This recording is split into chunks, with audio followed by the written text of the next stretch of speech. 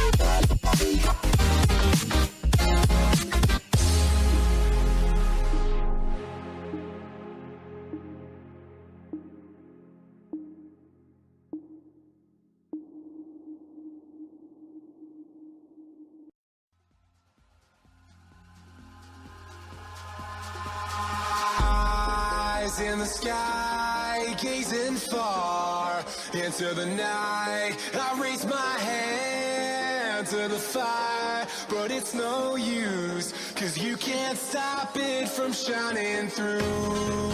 It's true, baby, let the light shine through. If you believe it's true, baby, won't you let the light shine through for you, for you, for you, for you, for you,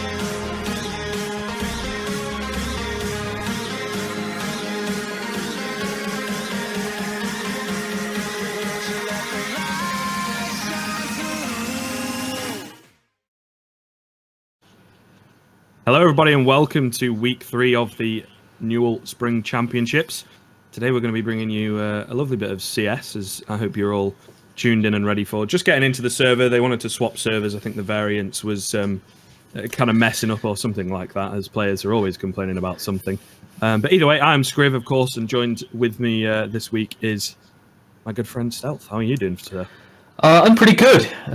The missus has left the window open somewhere in the house, though, and I've got a bit of a draft, and I've only just realised, which is not good. I should probably go and get myself a jacket, but I'm hoping that the excitement of the games ahead will just keep me warm anyway.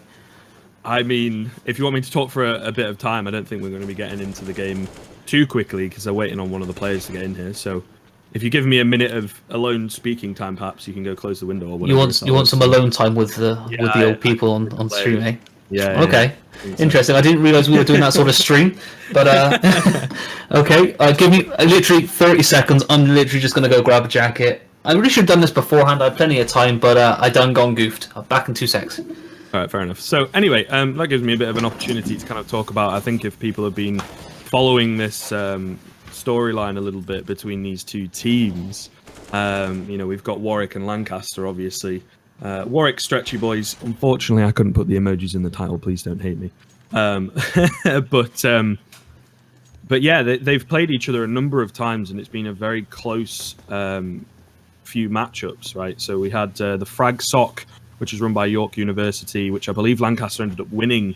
These two teams played in the final, went to all 3 maps in the best of 3 there, and it was a very close kind of showing. I believe it was Nuke went very one-sided the way as Warwick Stretchy Boys, so that got banned out here in the veto, and obviously here we are on Overpass. A bit of a skip in the Go TV there as we get into the knife round, but yeah, then there was also the King of the North qualifiers, which they just played this weekend. Again, a very close best of 3, and Lancaster actually again, won that one out. So very, very close battle indeed between these two teams. Like I say, a bit of a storyline to be built up. It's very, very close between them, and really bodes well going forward for a good bit of Counter-Strike. And I do believe, judging by the sound coming in, Chris's timing is going to be absolutely perfect here. We just get into the pistol. They've just finished the knife, I think, to be honest with you. And it was Warwick who actually won the knife round there, Chris. Welcome back. Thanks very much. I even got my slippers as well. Fair enough. It's Get good nice times. and warm, nice and cozy. We've got a couple of games coming up. Obviously here, got this one to start with. Second game remains to be seen. It's based on who wins what at that stage, I think. So, but anyway, getting into the pistol.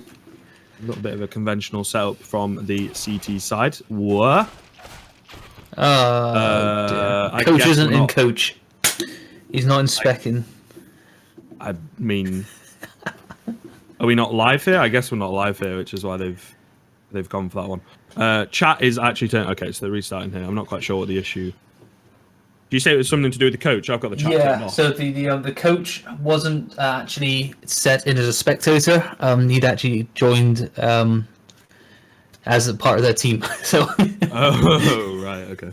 He was getting a heads up for the other opposition, so they knew what they're doing as a setup now. I like the strat from the coach. Yeah, mind games. Okay, so, still not live. Still not live. No, not Unless yet. Enigma is somehow a double agent. Who knows, man? Who knows? Warwick might have paid him off to win this one out. Well then, either way, should very quickly be getting into it. It's going to be a really good kind of matchup here, I think. While you were away getting your jacket and slippers, of course, gave them the rundown of kind of the storyline that's that's going to come into fruition here, and hopefully, I think Overpass is a map that they've played against each other quite a bit. It's a bit of a home map for Lancaster as well, so it should be a really good game of Counter-Strike. Well, we can only hope anyway, because it's what we're here to see, really, isn't it? We want some top-notch Counter-Strike action for you guys, because I know I want this on a Monday night. It's what I look forward to every single Monday, is some Counter-Strike at its finest. Yeah, UKCS. We've just had the Epic LAN this weekend, and of course now we've got some new up-and-coming talents there at Epic LAN. I had the pleasure of casting it, and of course some pretty good, especially in this matchup, some pretty good players that maybe keep an eye on. Yes, they're doing degrees and whatnot, but maybe they'll put that aside to pursue a career in Pro CS. Who knows? Who knows? I mean, it's not likely for me. I'm terrible at the game.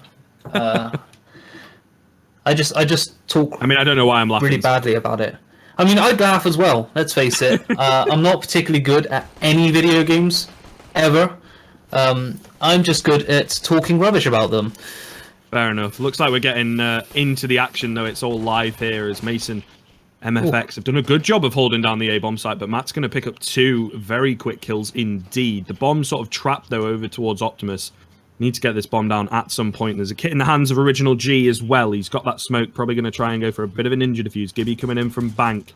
Does a bit of damage over towards Matt, but not able to find the kill. The bomb eventually will go down, and now they're going to try and get themselves into these default plant spots over towards Bathroom. But again, like I mentioned, that smoke is going to come into play. The defuse is going to come in as well. Gibby going to try and hold it down. Finds the head of one. Not able to find the second. Matt now spamming through the smoke, but it's too far gone. The bomb will be defused. He's left on 23 HP, and just to rub it in, Original G will finish him off in the end there. Solid start. Very solid start from Warwick. I mean, the use of the utility there was perfectly timed. Popped it down, was able to just hop on, get the defuse whilst his teammate held up the opposition. So I like it, and they get their first round win on the board. It's really clean stuff in the end, to be fair, as we would expect. I think the kit really, playing into the hands of Warwick, obviously. I think that's why it's now become the norm to buy up a kit on the CT side. Has been for a while, especially on a map like Overpass, where you get that A plant down in the pistol, So easy to get that smoke in and for someone to just kind of body block the players from Bathrooms. Absolutely. Well, let's see how round 2 will go. Minute 15 left on the clock. Very passive play so far, coming in from the Lancaster side. Nothing happening just yet, just holding out.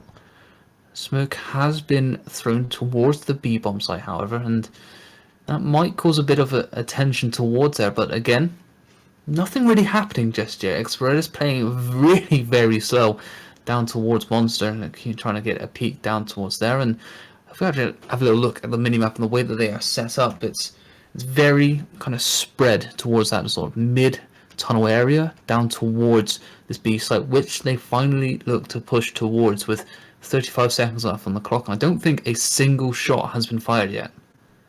No, I think there might have been a bit of nade damage done at the start of the round to Tobbs and Enigma, but like you say, it's been very, very quiet up until these final few seconds of the round. Of course, going to try and get the bomb down here. No utility for the T side. However, Spray's coming in. Mason going to pick up 2, looking to find the 4th now, as Matt is the only one remaining.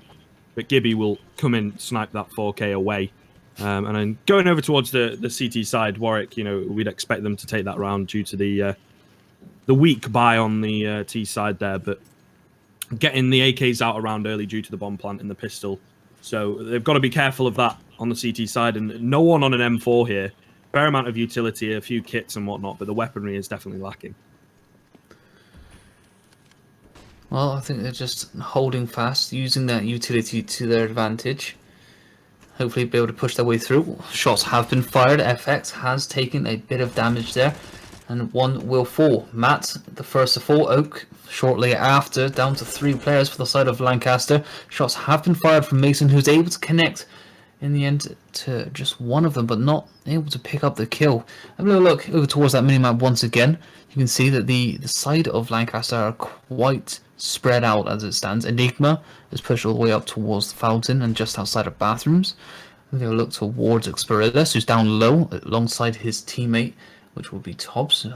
No shots connecting just there. Nades being thrown towards the tunnels, and again, a really very passive play coming in, but Original G's pushed up quite aggressively here, hoping to catch someone off guard. Instead, he's caught out by Enigma, who pushes his way through and now clears the path for his opposition, well, for his teammates to push their way through as another player falls. That is Mason this time round. Kind of getting caught alone there, the CTs allows the man advantage to get evened up, and now this lack of weaponry is really going to come back to haunt them. They used it very well at the start of the round to understand, you know, playing over towards short on B and playing over towards connector is going to give you a lot of advantage, you know, or kind of lessen the advantage that T side has playing into the close range. Either way, they're going over towards B now. Fades will only get one before going down to Enigma, so it's back into a 2-on-2. Bomb plant going to come in. The Molotov a little bit late, but is definitely going to trap Experilis in the B bomb site on the default. It's actually going to spread to him as well. He really can't move here. Tobbs has lost a lot of HP to that Molotov. Gibby up close and personal. FX creeping around the other side, finds the head of Tobbs, and now it's the 1-on-2. Experilis definitely good in these clutch situations for Lancaster, and I feel like FX thinks he's checked the short area. The defuse going to come in though, however, because he's actually the one with the kit. Gibby getting a body block, and the peak comes in for Experilis, and he will get taken down immediately. So a good recovery from Warwick in the end, but really a little bit closer than it should have been after getting those two very quick, you know, initial picks over towards connector. Very well held on the defensive side of things. See how they continue this one going forward. FX trying to use those nade spots to his advantage, trying to cut off the lines of sight using the molly, but nothing happening just yet. He's picked up one from down tunnels. The second one will push him. Managed to pick up the second as well. Lovely shots coming in. Now significantly weak. Will have to back away and play for his life and hope that his teammates will be able to support him on his journey. Original G has pushed up towards long, making sure that no one is pushing through there. But if you see on the minimap, once again, all three players left alive on the side of Lancaster are round towards Fountain, now pushing their way through to bathrooms. But Bomb right the way back at Fountain, actually, as it looks like Experilis is now looking to rotate round and pick that one up. Yeah, quite well done there to get those first two kills from FX, making sure not to go down, not to lose his rifle. Because of course there are two remaining players on the T side who've got armor, so really could have done some damage with that if that was the case. Now he's sat over towards Optimus playing a bit of a head glitch angle, so really good read from him to play that safely. 40 seconds remaining here. The bomb not really looking to make its way anywhere at the moment, just sort of dropped over towards Party. It will, however, eventually creep over towards A. Now it's going to be a case of whether the T side players can find the heads. Enigma, in fact, will spot out one, but now Fades is also there at Optimus, picking up two with a double spray down, drops the bomb, only 20 seconds remaining. Experilis has got to take him down, but he's also got another player coming for him in Original G, and that'll be a fourth on the board for Warwick. A really good anti-eco there, only losing one player. It's going to solidify their economy going forward at this point. Apparently it's M_FX, but listen, okay. That's much more of a mouthful. In all honesty, I'm sure it's just down to FX, because at the end of the day, I don't want to be like high octane moments. You know? Yeah, you don't want to go M_FX is going massive right now because it doesn't roll off the tongue quite as simply as that. Yeah, you know, it's just FX. Yeah, so simple. I think you'll find effective. Actually, man in the chat, that we decide the names. To be honest, look at me. I am the captain now. Either way, back into the game. Fade's actually picking up two there before he eventually gets traded down. There was another kill picked up by, I believe, Enigma before he goes down as well. The rotate's now going to come in towards the B bomb site. Bomb is dropped onshore, I think, looking at that. It might just be behind Monster, in fact, as I take a look at the minimap. Bit of a spam coming through from Mason. Not quite able to finish off Matt, but leaves him on 11 HP. They've got three players to deal with at the moment, and a fair amount of utility not expended for the CT side as of yet. Tobbs is going to catch Mason in the side of the head there. His position will be known, however, and now it's a case of whether these CTs are able to take the retake, you know, take that site back once the bomb goes down. The bomb as well being dropped outside Monster. They have to go back and get it. Gives a bit more time to the CTs. Matt's going to hear that goal go. Does actually go down in the end. He was on 11 HP. Now it's going to come down to the post-plant situation in the 2 versus 2. Well, Tobbs and Original G basically back to back on the other side of the wall. However, Tobbs must have heard that reload coming in. And yeah, from the AWP, shots have been fired. FX will go down significantly, down to 11 HP. Tobbs though will pick up the kill onto Original G. So that's the AWP out of the way. Down to FX, who with the unfortunately not able to do anything with that one. But Tobbs, smart move from him. I like it. He's picked up the AWP. We do love to see him using that infamous AWP of his. Indeed, we do. He's one of the stronger players on this Lancaster side for sure, and especially with that AWP and acquiring it for free. You know, it's pretty much the ideal situation there. Nice little clutch situation from him to win it out for his team, and now it's whether he's going to be able to do anything with this AWP. There is actually another AWP very, very close to him at party, just missing Original G. They just miss each other as they kind of cross round the corner there. So unfortunately, no kills coming over towards the party area for either side. But now as the smoke dissipates, it's a question of whether Tobbs is going to go back in or not to try and find that pick. The utility on this T side is not really ideal on a few of the players. They do have enough to sort of pull out some kind of an execute. They're really going to have to be careful with how much of it they use, because CT side, you know, completely bought up over on their side and have got a good enough economy, I would say, going forward. Perhaps don't really want to lose this round. Neither does Lancaster. So all to play for at this point in terms of the economy, especially. Again, a rather slow, passive push coming in from Lancaster. Expertus now decides to poke his way out. Does have a sniper bullet whiz past his face, and really rather fortunate to get away with his life there.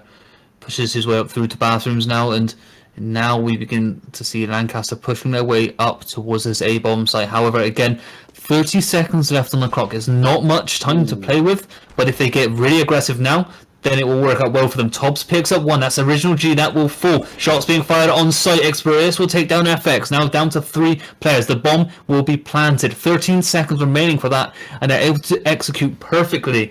Now, they've got 3 players to deal with. Mason doesn't want any of it. Backs all the way away. Fades, though, doing the exact same thing. And the entirety of Warwick do not want to get involved with this gunfight, opting to hold on to what they've got.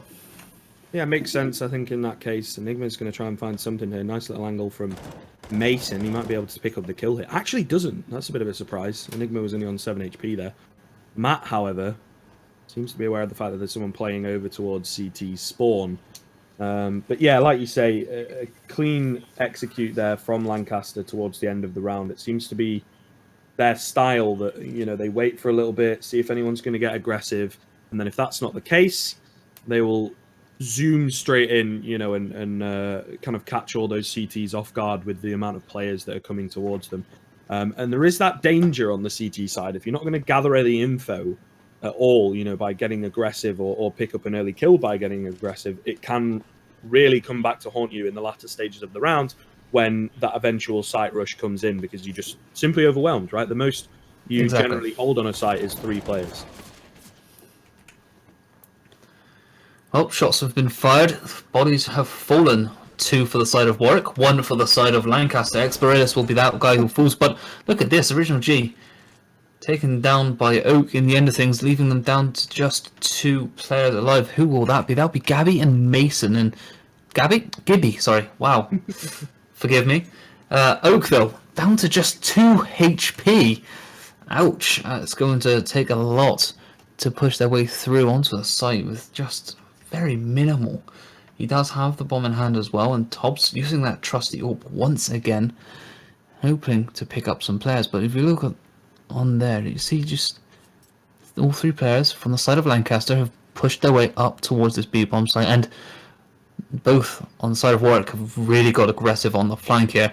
Gibby's pushed his way up through towards tunnels, has spotted 1, has spotted 2, shots are fired, he's able to take down 2, there's just 1 remaining. He is not sure where that player is. It will be Tobbs with the AWP. He's going to have to play this really rather slowly now, pushing up towards. Unfortunately for him, he gets caught unaware, and Gibby plays fantastically to pick up the 3 in the end. Yeah, really well done on the flank there. I think a lot of that does come down to timing. Lancaster had decided to go for somewhat of a quasi execute, as it were, on the B bomb site there. You know, they had to throw the Molotovs out and whatnot, and it ends up in a way costing them, because they just took a bit too long. And like you say, that flank comes out, Gibby picks up 3 to win the round. So, especially because as well, Oak had the bomb in hand and he was the player on 2 HP. If Tobbs had the bomb, could have been a very different situation. But because he has to recover that bomb, it just plays into the hands of Gibby to pick that one up. Pause coming in here. I would imagine a tactical pause for Lancaster. I think you have the chat up, so you might be able to confirm that one. I actually didn't see anything come up in the chat just then. Fair enough. So I'm not quite sure whether it's... Yeah. I would assume it would be a tactical one coming in from Lancaster. Obviously, they're on the back foot, having played each other previously. This is not what Lancaster would have wanted. They obviously, I'm assuming you told them of the story of these previous times they've met, right?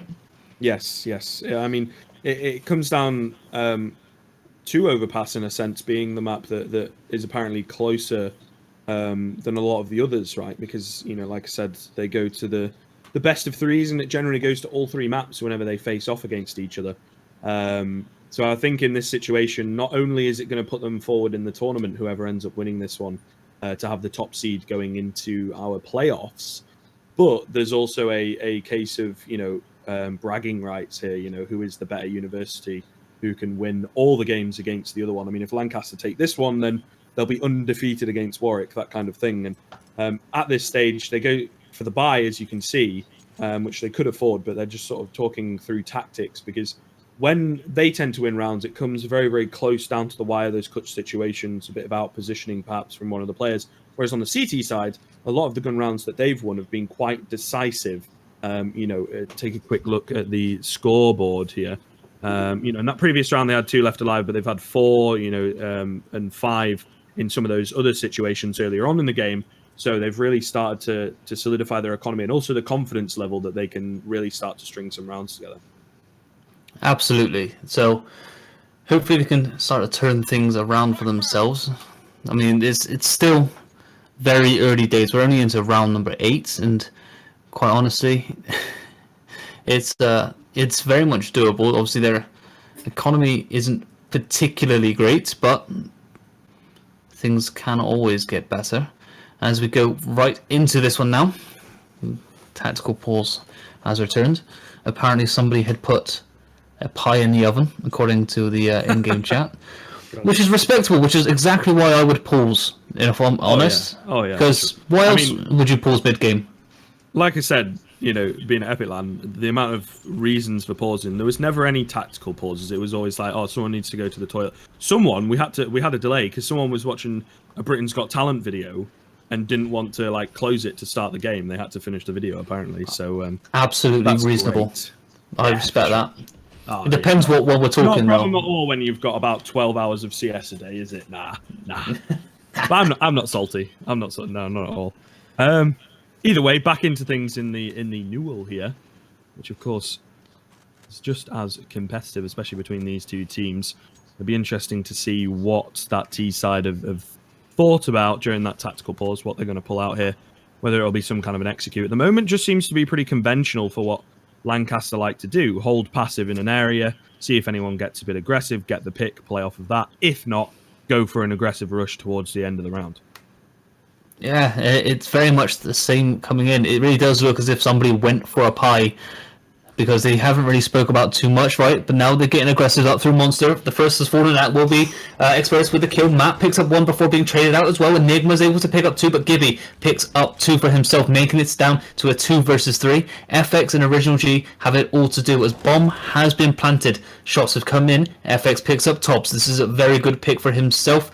Now opens up the path, because you can see, using that minimap once again, Expertis is down towards water, and Enigma just watching over Monster currently as in comes the molly. Shots have been fired. Enigma picks up 1, Expertis picks up the 2nd, and that is a very good round for Lancaster.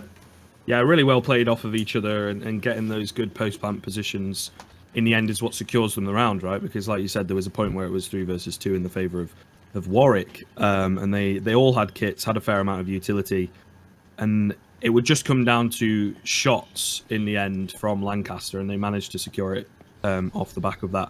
So now, what with the economies being strung out on both sides, that round kind of solidifies a little bit of money for the T side, although they don't want to be losing too many players here, and definitely don't want to get reset up against 5 Deagles. But quick look at the scoreboard will tell you, the money on the CT side. They will be able to buy up after this one, but in this particular round, not able to do so. Well, opting for a different style this time round, going towards the A site, going up high, however, through Upper Park, and Enigma causing a bit of noise there as he lands will probably give the opposition a bit more of awareness, as FX is pushed right the way out through the back end of things and hasn't actually managed to catch out the opposition. Fades on site, does manage to fall in the end. Matt will pick up the final kill there. 3 players remaining, but nothing but Deagles at hand. It's going to be very difficult for them to really get any sort of retake on to this one unless they hit absolutely every single shot, which is not going to happen when Tobbs and Oak combine to take down 2 players so quickly, such as that. Gibby, no, I'm sorry. I'd like to believe he could, but no. I think that's the perfect response, isn't it, really? He does eventually go down there in the end. A little bit of damage done in terms of HP, but no kills going the way of Warwick. Is definitely what Lancaster wanted to be the result of that round, not losing any money at all, and not going to have to rebuy.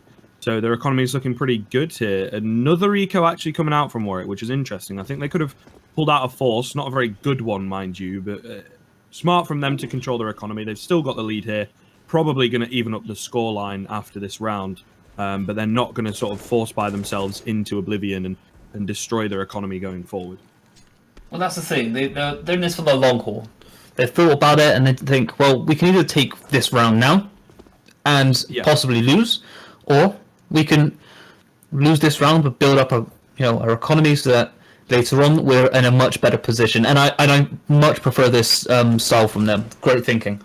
Yeah, it's smart, I think, which is something that perhaps earlier on in the NUEL we saw some of the teams maybe lacking those smart, thought-out decisions, and it ends up costing them games because the economy, although it may seem like a small part of CS:GO, does in fact affect pretty much every round and can decide how it goes. Nice little crossfire setup in Connector, however, as Original G is able to pick up 2. His teammate will go down, unfortunately, but still getting those 2 kills, keeping the pressure on the economy going forward for the T side, making sure a few players have got to rebuy does mean that it bodes well going into the gun round that's going to come after this. However, there is still a chance in this round for the CT side. There's only 30 seconds remaining. Quick little execute coming in yet again for Lancaster. And on the flank here is Fades. He's going to drop Enigma now into a 3-on-2. No kits for the CT side. Gibby falls, gives control over to side Matt as well, making sure that flank's not going to work out, and he will find FX in the end there. So a good recovery, but still losing 3 players. Not ideal here going forward for that economy of Lancaster. I mean, Fades really should have connected with that deagle shot, but he whiffed all 3 shots completely over the top of him. I didn't catch that. That's a shame. It went straight over him. That should have been an easy pick for him. He would have escaped through Monster, and this could have been a very different round. But in all fairness, we kind of expected them to lose that round regardless, due down to their economy. But as we get into this next round, they open up things very aggressively. Matt has fallen already, leaving them down to 4 players alive. But I like the way that they're set up once again, stacked up on the speed bomb site, which is the most favourable when we're going into this sort of matchup. But we'll see how they decide to mix things up as they kind of spread out again out towards Connector to try and pick up anyone rotating through tunnels. But again, look at that from Expertus, right at the very back of Park there. Really watching the flank just in case somebody decides to get that aggressive, which is a ballsy play if anyone from Warwick decides to do that. But what do I know? I only watch this game and play it occasionally.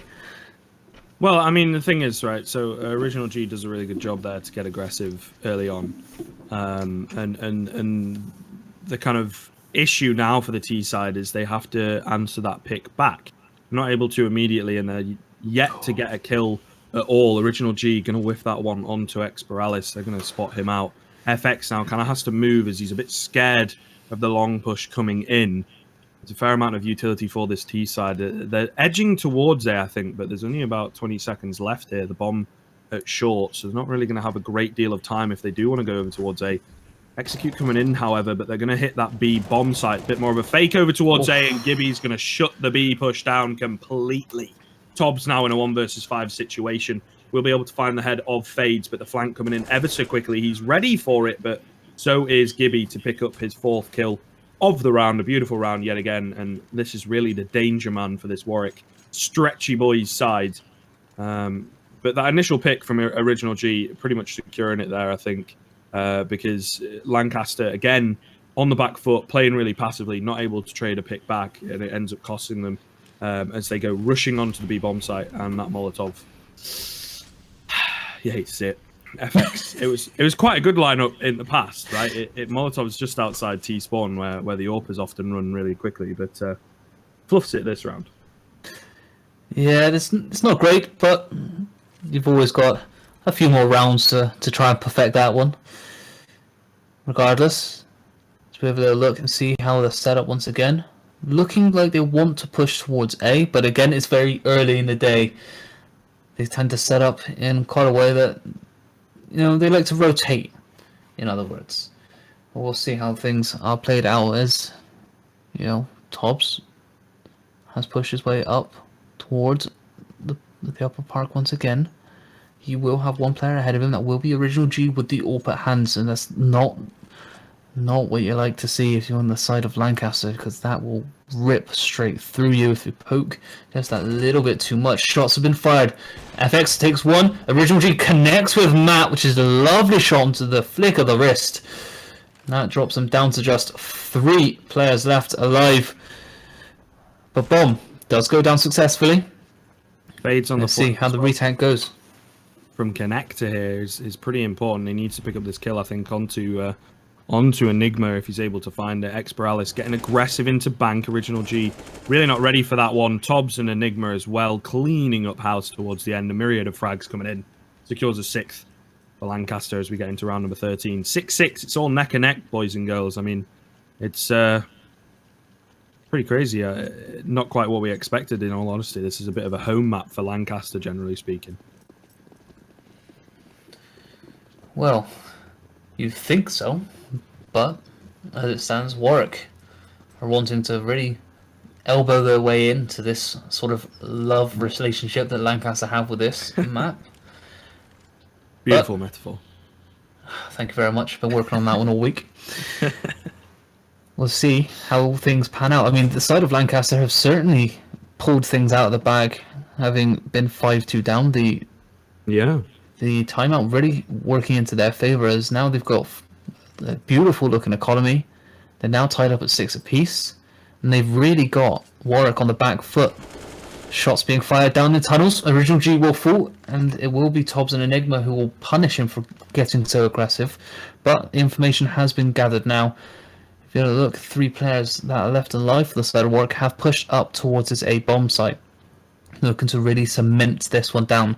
Fades, Gibby and Mason, but Mason with the deke, Gibby and Fades with just the standardized USP, but shots have been fired. Experitus with one, Enigma with the other. Fades will take down Oak before it is down to Gibby all alone. Doesn't want to challenge that one, does get turned on nearly down to 49 HP.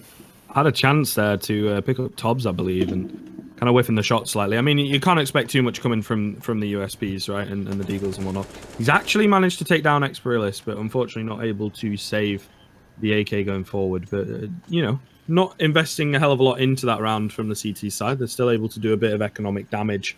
Probably not going to buy here either and just wait for the final round and try and get what they can. I think a really good showing here, though, from Lancaster. Like you said, they were 5-2 down. They've come back from that, now taking the lead and getting a good string of rounds on this T side bodes well going into the CT side, which they always generally tend to be a bit stronger on, just because they have a very good level of coordination on that CT side. Oh, a clean little 1D coming in from Mason, though. He's not able to find any more before going down.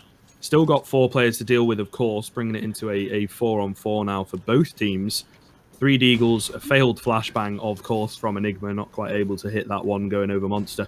But it looks like they're going to hit this B bomb site. There's 3 players already over here for the CT side. Matt will spray down Gibby pretty cleanly. One tap not quite connecting from Oak as he's trying to find Fades up in heaven. Takes him a little while. He will eventually get there. Original G, unfortunately, not able to catch anyone coming through that gap. But hidden here in Mini Pit will take down Enigma. He's also got armor. If he's able to get a hold of that AK, there's a chance that he could pick up some more kills here. Possibly win the round. He's going to get the AK now of Oak. And it does depend whether he's able to find this one. FX kind of being used as the bait here. Beautiful flashbang to hold them back from Oak as he's over towards Canals. A 1 tap coming in, though, from FX. He will get 2, in fact. And now it's in the 1-on-1 for Original G and Matt. No kit, though, for Original G. I think the bomb is a little bit too far ticked here. Original G is just looking to save this AK. Knows that Matt's over towards short and will help the bomb take him down and also be able to keep hold of the AK. So not too bad there, to be fair. They take down all 5 players. I'm going to put a huge dent in that economy of the T side. Luckily for Lancaster, it is the final round, and they've got the economy to drop a few guns across and still pull out, you know, the full amount of utility. But still, not a bad round from Warwick in the end. No, not at all. But now they can make it rain with whatever money they've got remaining and hope to pull this one back down to just 7-8. But very much evens as it stands. Shots have been fired. Fades with the opening pick. Express will fall to his gun. Looks like they want to push up towards this A-bomb site a little bit more aggressive. Shots have been fired again. Fades punishes Oak for peeking out towards that site then. Who's that? It's Matt. Matt is in a quite a nice little spot here. If he can catch out one of, or maybe even 2 of these players, he doesn't want to push straight ahead because then that really will put him on the back foot. But Enigma up in connector, he knows that somebody's there. He knew that somebody was there even. I think that was Original G who had actually pushed up quite aggressively again. But passive plays coming in. Tobbs probably being the more aggressive out of anyone just yet, up through construction. Smoke has gone down. He's just going to hide away, wait for the opposition to make their move. 5v3 here as we get into the latter stages of the round. Yet again, it's kind of Lancaster's issue that they have. If they lose that initial kind of pick and not trade it back, they don't really have anything to fall back on to find any kills going into the end of the round. Mason here going to find Tobbs. A little bit of a lackluster solo play from him as he will go down. Mason as well getting a second, and now it's all on Matt to win the 1 versus 5. He picks up 1, not quite able to connect the spray with the second. Will eventually find Mason's head, but Fades now should have an easy job of it. Just needs the 1 bullet, and that'll be an 8-7 half. So Lancaster doing really well to come back there, but I feel like when they're on that back foot, when they don't quite have the advantage going forward, it's very difficult for them to then get their foot back in the door, so to speak, and go into things, you know, strongly in the latter stages of the half. And it sometimes, latter stages of the round, rather, and it sometimes costs them the overall round. Well, as we progress into the second half, we'll see how things go into the second pistol round. Looks like all 5 players actually from Warwick have pushed down through tunnels down into connector, and shots have been fired. No picks have come in. Unfortunately, as I say that, Tobbs will pick up 1, picks up 2 with that 3. Beautiful accuracy coming in from Tobbs there, just to rip those heads off of the opposition players. Now down to 2 for Warwick, and I mean that's not what they expected as they pushed out a connector. Really well played by Tobbs and Oak there to set up that kind of bait setup at short. Tobbs as well, of course, he's got to connect those shots. They're up close and personal. He kind of misses one. The Glocks are going to rip him apart. So now it's a 5 versus 2. Make it 5 versus 1. It's another nice shot for Tobbs. Going for the ace here, and he will secure it.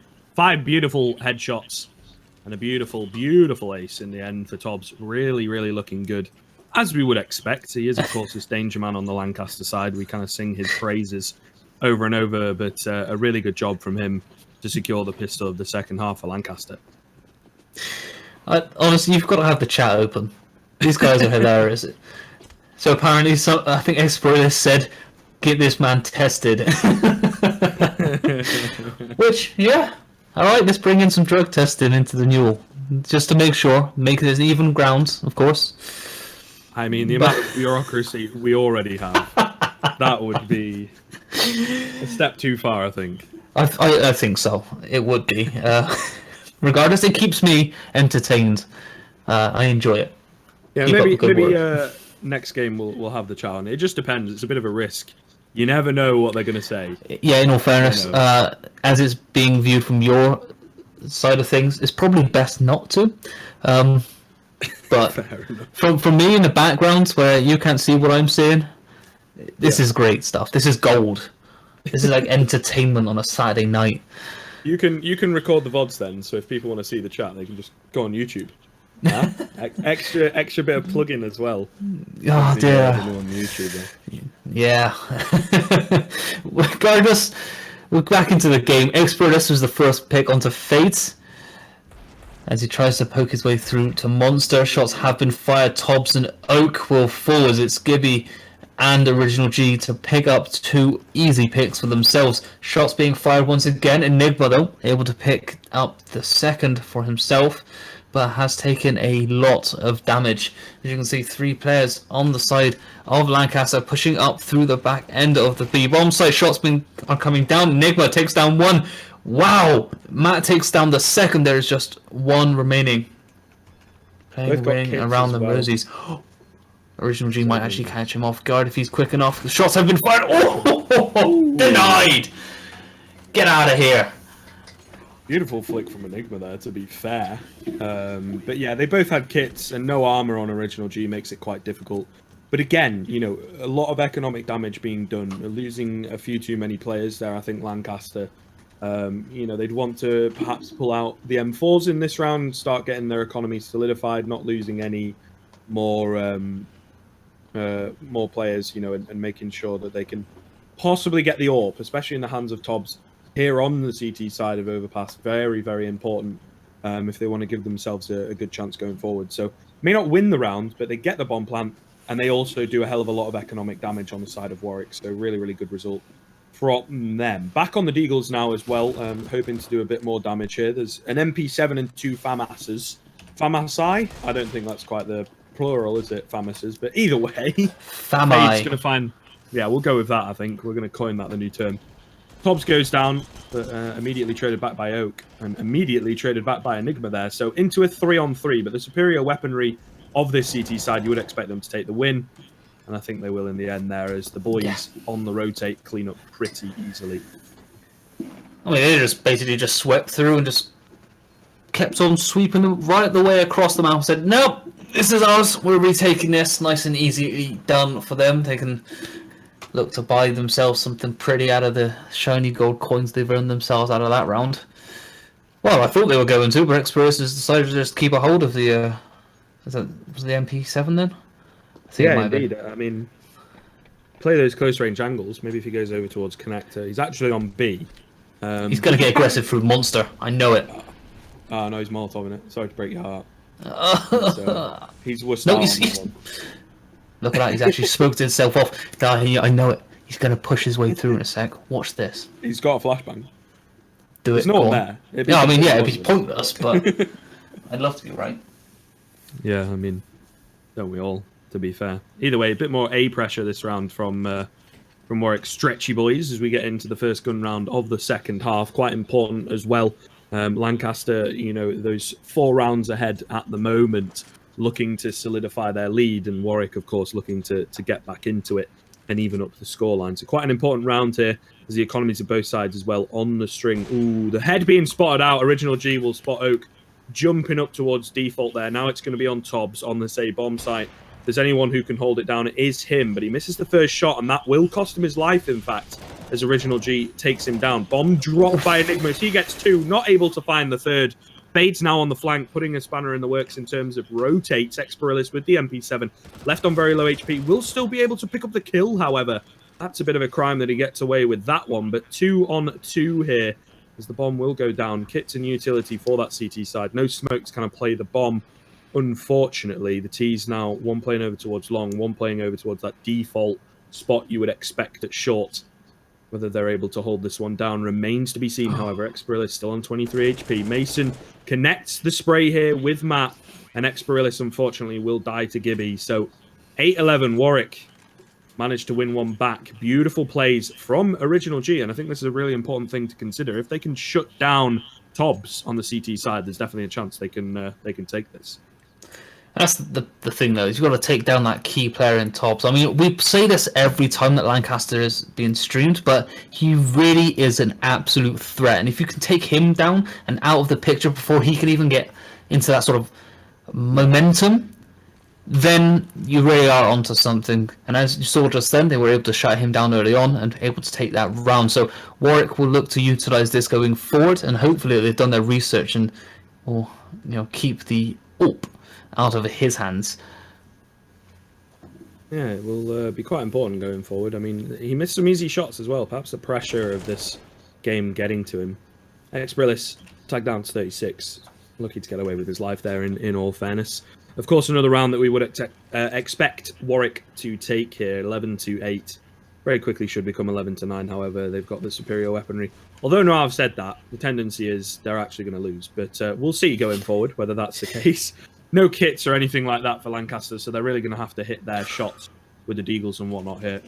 Original G spots one out, able to finish off the kill in the end with a little bit of help from Gibby there towards Bathroom. So that's going to definitely ease some of the defense on the CT side. However, Tobbs in Bathrooms catches out an unawares FX. Molotov goes down, not quite good enough to stop the push coming in though, and a recovery will be made, but it's into a 3-on-3 as Tobbs also got a kill with the AK there. So now it does depend on whether the CTs are able to read into this rotate. You've got Matt on the P2K, so you don't expect too much from him. I mean, who even uses that weapon? It's absolutely terrible. He's almost going to go down to the Molotov as well. Eagle will go down in the hands of Enigma. Matt trying to do something with the P2K through the smoke, and now it's just left on Experalis with the Deagle and 36 HP. I don't mean to flame anyone. Go on, Scriv. Let him know again. But... let him know that he's using a terrible weapon. Well, it is. It's the lesser of the two default pistols on that CT side. Let's be real. You get one extra bullet, but you only need that one extra bullet because you can't aim and you just spam. Well, you heard it here first. Scriv calling him out as a noob. I mean, go watch some Pro CS, right? Like, the top level stuff. No one uses the P2K. I think Nothing used to, and look where he is now. I mean, come on. That's a bit of beef. He's still a hell of a good player and a really good analyst, but not on Cloud9 anymore, is he? So I don't want to cause anything there. This is going to end up on Reddit, isn't it? Like, wow. Some caster thinks he knows everything. I think, well, in all fairness, I'm actually up on Reddit for the exact thing at the minute. So I spoke out about COD yesterday, and Reddit's having a bit of a meltdown about it. I'm very sorry if you use the P2K, but it's the truth. Pasha uses the P2K, and look how well his team is doing. Thank you. Someone in the chat corroborating what I'm saying. Oh, look, I think they've paused now. They've paused now. They can't believe what I've just said. They need to take a minute, to process him. I don't blame them. You're going out roasting them. Okay, this is not the roast of the NUEL. We're supposed to be a friendly community cast going on, and you're out here causing up a scene. You do one event over the weekend, and you've got an ego now. Look, it just rolled off the tongue. It just came out. Unbelievable. I thought I'd throw it in, and now maybe I'll regret that. I'll have to release a quick one saying about how sorry I am to have offended so many players. Gonna have to take a break to think about your actions. Yeah. Bit of a hiatus. Yeah. You come back next week. That's what they all do. They'll have like a 3 or 4 day hiatus. Yeah, just like KSI. Leaving the sidemen, and then he joined a week later. Look, here you are again roasting. Look, you gotta stop it. Yeah, to be fair. KSI's a dangerous one to call out. Exactly.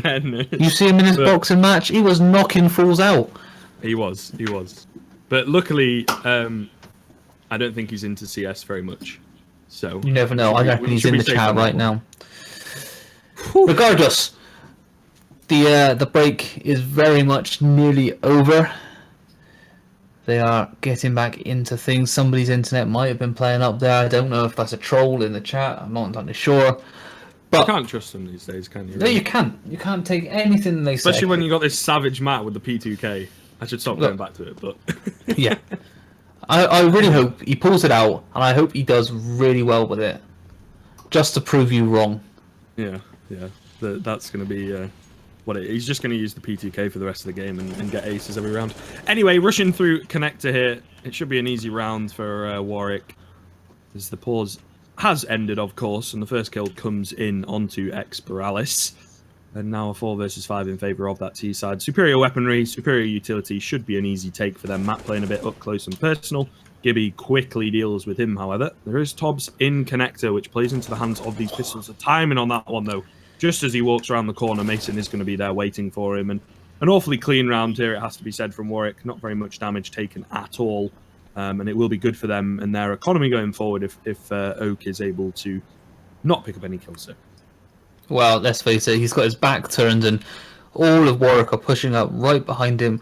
He is very much going to get caught unaware. Is he able to pick up one? Well, fair play, picks up one. Unfortunately, he will be taken down immediately, but to come out with one kill at the end of that's not bad going.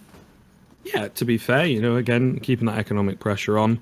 Unfortunately, the case being when you get a kill with the CZ, it only rewards you with $100. They changed that a while ago, so not quite paying the price there. A nice shot from Enigma, something that we don't see very often. Enigma on that AWP possibly could have been down to spawns. I feel it'll be interesting to see whether he swaps that one across the Tobbs. But an opening pick here for Lancaster, and this is kind of their playing field. Once they get that man advantage firmly in their ballpark, they take the round because they don't get over aggressive and give that advantage back to Warwick. Well, so far, Fades pushed right up to Monster, still trying to make something happen. Just pushes his way straight away through. Ooh, thinks twice about it, backs right the way out again. Up and down like a yo-yo, is he? As you can see on the minimap as well, you see the other 3 players left alive on the side of Warwick, spread out towards the A site, looking to push their way up through Upper Park, and again, bomb right the way back at Park, not giving any information away to the opposition as it stands. And I think really they need to make a push, and they need to do so soon. I mean, yes, there's still 37 seconds left on the clock, and it only really takes about 15, but if they're going to want to cement their position going forward, they'll need to do so quickly. That's exactly what we saw from Lancaster, right? The flash comes in, Experalis rather going to take down Fade. So now it's into a 5-on-3. The economy of the T side, I think, could survive a loss here if we take a quick look at that. Trying to bring it up. There we go. I'm not quite sure what was going on there. But either way, 5 versus 3. It's actually very close down to the wire. That's going to deny the bomb plant here. Mason does trade one back, however, but Tobbs huge from that round to deny the bomb plant from the side of Optimus there, as it will be a 12th on the board now for Lancaster. But yeah, Warwick, I think, playing it very, very similarly on that T side to the way that Lancaster did. That's why they sort of lost those rounds early on, those gun rounds early on, because when they lose the man advantage, they don't seem to be able to find it back, right? They just wait around for a little while, hope someone gets a bit over aggressive. They don't, and then they just rush into a bomb site and hope for the best. And even if they manage to trade 1-for-1, maths obviously is in the benefit of Lancaster in that case. Few shots being fired, nothing connecting. However, Oak pushed really quite aggressively up just outside of Fountain. Will fall and get caught unaware from Original G with the open hand. First blood goes to him. But that doesn't really do much in the way of securing some map controls. You can see Tobbs has pushed up into bathroom.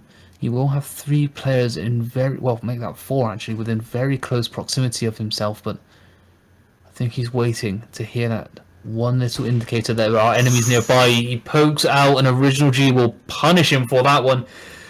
Let's see what Enigma's able to do. Again, open hand, he's able to find the head of Mason. Lovely shot from him. Not able to find that second or third just yet, as the utility does fly over towards him, trying to cut off his line of sights with the smoke. good use of that. He's now poking his way up towards the top end of things, but unfortunately for him, he will not find anyone because they're all down towards this B bomb site. Fades has pushed right the way up. Got very aggressive. We'll find one. Is not able to take the kill as Experitus just turns and burns as he able to pick up 3 in the end of things before it's being taken out by Stretched. And how? How did Experitus do that? That should not be possible. I'm calling hacks. Hell of a sick spray down there, to be fair. In all honesty, Experitus really pulling that one out of the bag. Secures a 13th for Lancaster, puts Warwick on a bit of an eco here, and I mean, it's crazy stuff, to be honest. You don't see that very often. It was a very quick kind of spray transfer as well from Experitus. A nice one for the highlight reel, I suppose, for him. But of course, going forward, it's going to secure another round and possibly even a second off the back of that one. Because, like I say, the eco, well, the soft eco here, a few deagles and whatnot, can't really write them off as FX proving why. He'll find the head of Tobbs. Now it's down to Oak to hold this together. He's got 3 players coming towards him, only able to find one. Does a decent amount of damage onto a second, but really should have gotten a little bit more than that. Rotates are going to come in, but there's a M4 secured and a player with armor that could definitely make something happen with that if FX decides to drop it across. Man advantage, however, so if they play the trades well, you know, starting with Original G on that Glock, let him go in first, there is a chance, a case to be made that Warwick could take this one. There's only 2 players on this A-bomb site as well. Flank very slowly coming in from Experilis, as you may notice over towards Monster. He's getting a bit aggressive. Actually not quite sure if they're going A. It's not really a flank, it's a bit more of an info gathering mission. There's 40 seconds remaining or thereabouts on the clock now for this bomb to go down. It still remains to be seen whether they'll be able to get anything done, though, up against the superior weaponry. Beautiful flash will allow them in, but that's the M4 dropped. Matt will take 1 and 2 and go down eventually. Ooh. Fade's getting up close and personal to Enigma will drop the AWP. And now the rotate finally does come in from Experilis, but it's not going to deny the bomb plant. And Fades has got this AWP here over towards Optimus. He only needs to find the one shot. Flash goes in. I think a bit of a fake out from Experilis, but luckily Original G is there to get the dink and get the second bullet to finish it off. 11 to 13 now, and against all odds, Warwick seem to have taken that round. And I like that play from Warwick, because they waited until all 4 players were up and ready, and then pushed through, like spearheaded the attack and really got aggressive, and it caught Lancaster on the back foot. They didn't really expect it to be so aggressive, and when Experitus had the open hand, in that sort of position where it was too close, he wasn't able to connect with any of his shots, and Warwick punished him for it, and it was perfect. Absolutely wonderful stuff from them.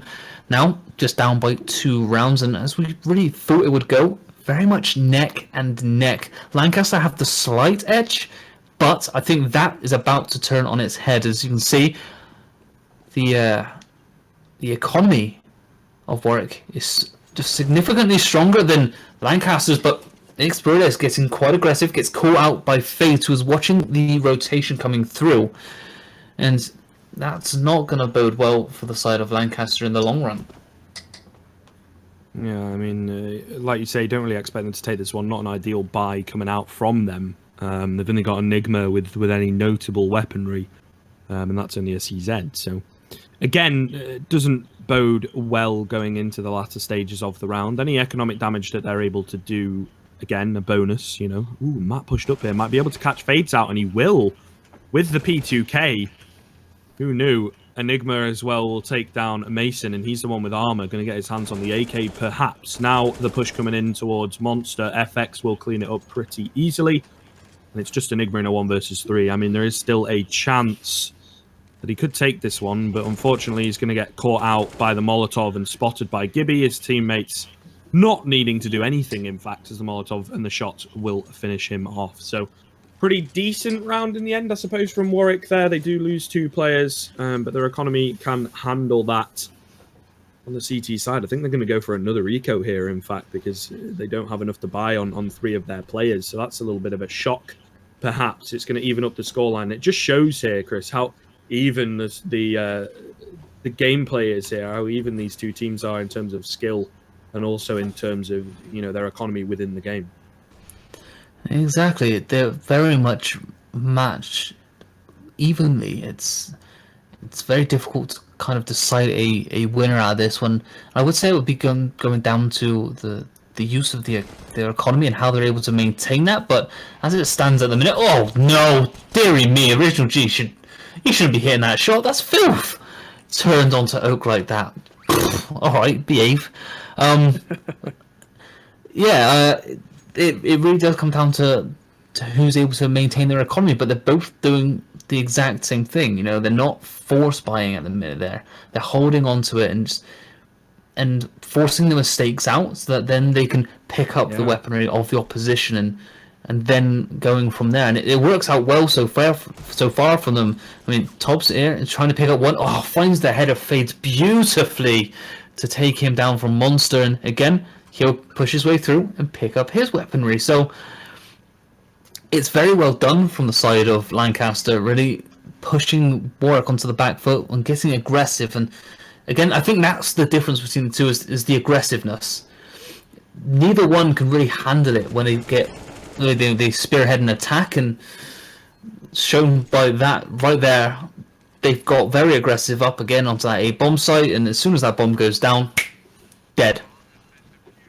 Indeed, unfortunately, just too many players to be dealing with there. A bit of a surprise that they managed to get the bomb down, but that could be a round that really changes the course of this map, of this game, because not buying very much at all means that their economy is going to be pretty good going forward. Tobbs has managed to pull out an AWP here, well, save an AWP, and of course, has still got about 6k in the bank. There's a couple other players who've got quite a bit of money going forward as well, so make or break here. I think if they get to match point, it could very well be the game for Lancaster. This is a very, very important round for Warwick to win. Can't really stress that enough, taking a quick look at the economies. No one above $300, so they lose this one. They're going to be, well, what normally would be a double eco situation, but of course, with it being 15-12, if they do lose this one, they'll have to force buy themselves up and hope that they can win. Either way, it's all to play for at this point. Utility on the T side as well. Not really ideal at this point in time. There's a fair amount of kits. Well, everyone's got a kit, in fact, on the CT side. So retake, definitely possible, but they will, of course, want to be finding that opening pick. Tobbs back on the AWP here, not getting aggressive with it, which is something that you mentioned last round that Lancaster do so effectively and does pay into, you know, them winning rounds and whatnot. But he's decided to just play a bit more passively with it. Whether that will pay off in the end, it will remain to be seen at this point in time. Again, it's very passive from the side of Warwick. Utility not being used just yet. Waiting to see what their bigger plan is. That yes, they're looking to want to go towards this B bomb site. Shots have been fired. Expert is able to take down one. Oh, Original G really had to connect with that AWP shot there. Was not able to do so. He fails to hit with his second as well. But 3 players do fall as 3 players, well, get taken out on the opposition side as well. But Tobbs, there he is with the AWP from up in heaven, will shut down Gibby as he tries to poke his way through. And now Lancaster, teetering on the edge of victory. Ever reliable when you need him as well, Tobbs, to secure the final kill there. He's been playing pretty well this game, considering being a bit quiet on the AWP. It has to be noted as well, everyone on the Lancaster side, in fact, 20 or above, apart from Oak, of course, bless him. But he's on 130 they can't ping. all do it all. Well, he's got ping issues, apparently, it looks like, by the leaderboard there. So perhaps something that's out of his hands. It does happen, unfortunately. You know, we try and give the best service we possibly can, but if someone's messing around with his internet, what can you do? But anyway, looking at the buy here from Warwick, really, really not good. We've got 4 Deagles out and a Scout, and Fades has already been tagged down to reasonably low HP. They've got a fair amount of smoke, so could maybe get some kind of an execute going. However, it will be quite difficult for them up against, you know, the AWPs and the M4s and the AK in the hands of Enigma as well, that one-tap potential. Does not bode well for Warwick here, and they need this round, of course, otherwise it will be the 16-12 to Lancaster. So we'll see what they've got in the bag. CT's expending some of their utility, but not all, not getting too aggressive with it at all. Playing that passive style, going to sort of play into the hands, I think, of them, because the Deagles are suited more for the long-range engagements. So if the M4s are able to take the close-range engagements, they'll be very happy with that indeed. Looks like the bomb's going to be making its way towards A as we get into the final 30 seconds of the round here. Mason going to spot out Tobbs, but he knows full well that that's the AWP player. Really doesn't want to go down to him at this stage. It remains to be seen, though, with 20 seconds left. Still a number of smokes. I think they are flying in here to allow the bomb plant to at least go down. They're going to try and get something done. Mason actually going to find Oak here to open up onto the A bomb site. Tobbs has to play back passively. Will find Fades, but the bomb is going to go down momentarily in the 4 versus 4 situation. Again, that utility does favour the CT side. They've all got kits, but now it does depend if they're able to find all these players. 1 playing from long, 3 playing from bathrooms. Make it 2 playing from bathrooms as Gibby will fall. So now into the 3-on-2. FX with the scout. Probably going to have to go huge here, and it's a case, again, of body blocking from the CTs for that 1 player who's going to be on the defuse. It does come in. Someone's got to deny it here, but they're not able to do so. Getting aggressive now as Express will find 1. Mason able to find a 2nd before going down. It's all on FX. But 1 versus 3, it doesn't really bode well. He will pick up 1. I'm not quite sure where the defuse is coming in here. I think he's trying to deny it, but unfortunately, Tobbs will get it, and that's going to be 16-12 in favour of Lancaster. So, yet again, they managed to take the win against Warwick. A really good showing from both teams, however, it has to be said. Absolutely. I mean, this is exactly why we got into this match, because we knew it was going to be a closely fought contestation between both of these, both having some history with each other as well. And again, Lancaster just edging out the opposition. And really, I thought Warwick were going to take it early on. They looked solid onto this map, and they really looked to give it to Lancaster, and fighting back as well after having a bit of a deficit around the midway stage. But yeah, Lancaster really showing why they are the champions of last season, and really putting in a good footing to try and cement that championship for a 2nd season.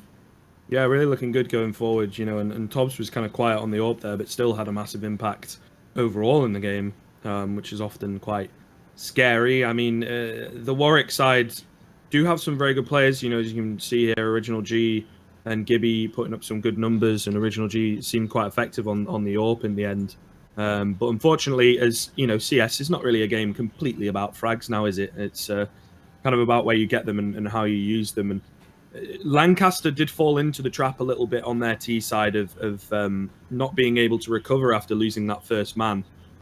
But then taking that pause in, I believe, the 8th round really helped them going forward, you know, to pull it back and find out what was going wrong. Warwick, on the other hand, fell into that very same trap and weren't able to climb their way back up and escape it, so to speak, to take the metaphor the full length. But either way, that's been it for the first game. We should very quickly be able to get into our second one. It remains to be seen at this point who we're going to be covering, because it depends on who won what.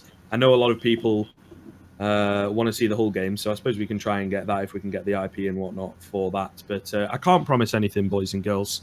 But either way, we're not going to be too long. Don't go anywhere. We'll be right back with the CS action just after this.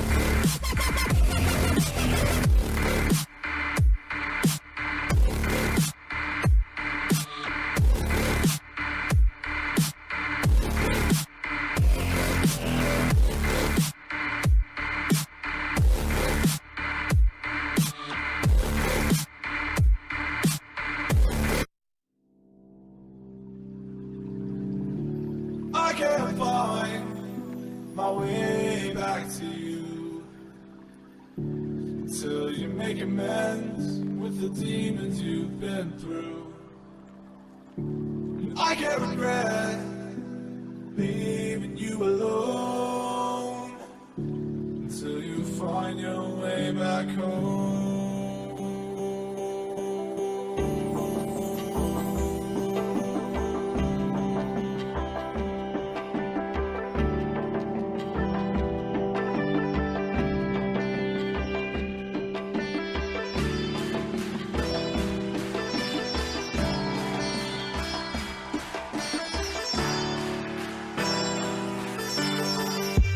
Until you find your way back home.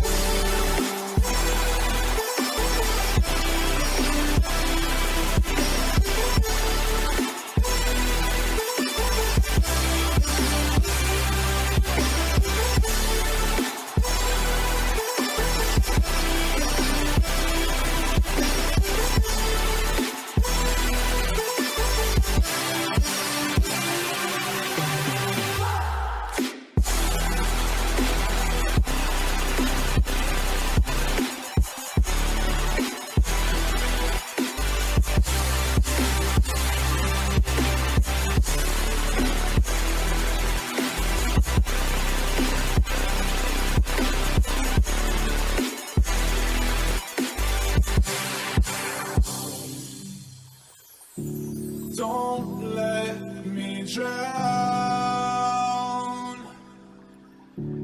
Don't let me drown. Don't let me drown.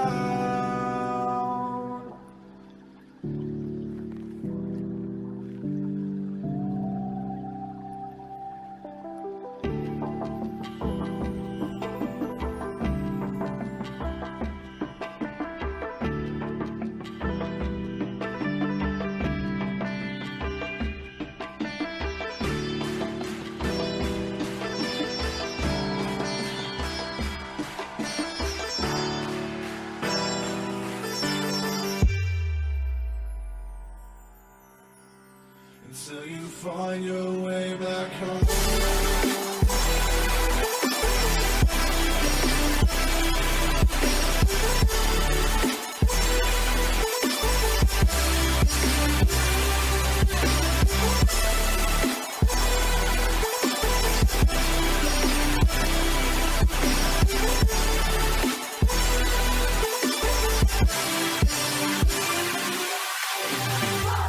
Don't let me drown.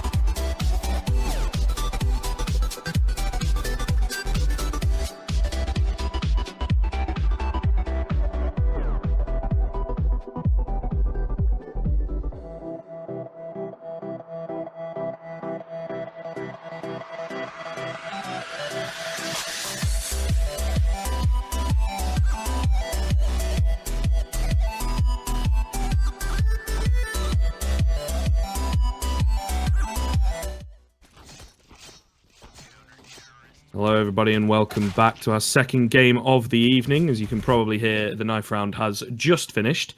We are going to be covering the Warwick Stretchy Boys yet again, but it's not actually Lancaster. They're on the same server, so the information there at the top of the screen, unfortunately, has not been changed. Perhaps the admins will change it in the near future. It's, in fact, going to be the A-Hulls, of course, the first team for Hull University. So we did just cover Warwick, of course, lost 16-12 on this very same map up against Lancaster. Did have a reasonably good showing, but obviously not able to take it in the end there, unfortunately for them. So now Lancaster will be our top seed going into the playoffs, and this here will decide whether these teams are able to get into the playoffs, and again, what seed they are going to be and what teams they'll be facing off against. Of course, I am joined by Chris as we get into the pistol round here. Bonjour. Bonjour. All right, boys and girls. Pistol round beginning. I think I will take this one, it would seem, as, continue as I've started. Either way, getting into the B-bomb site here, immediate goosh onto Mason.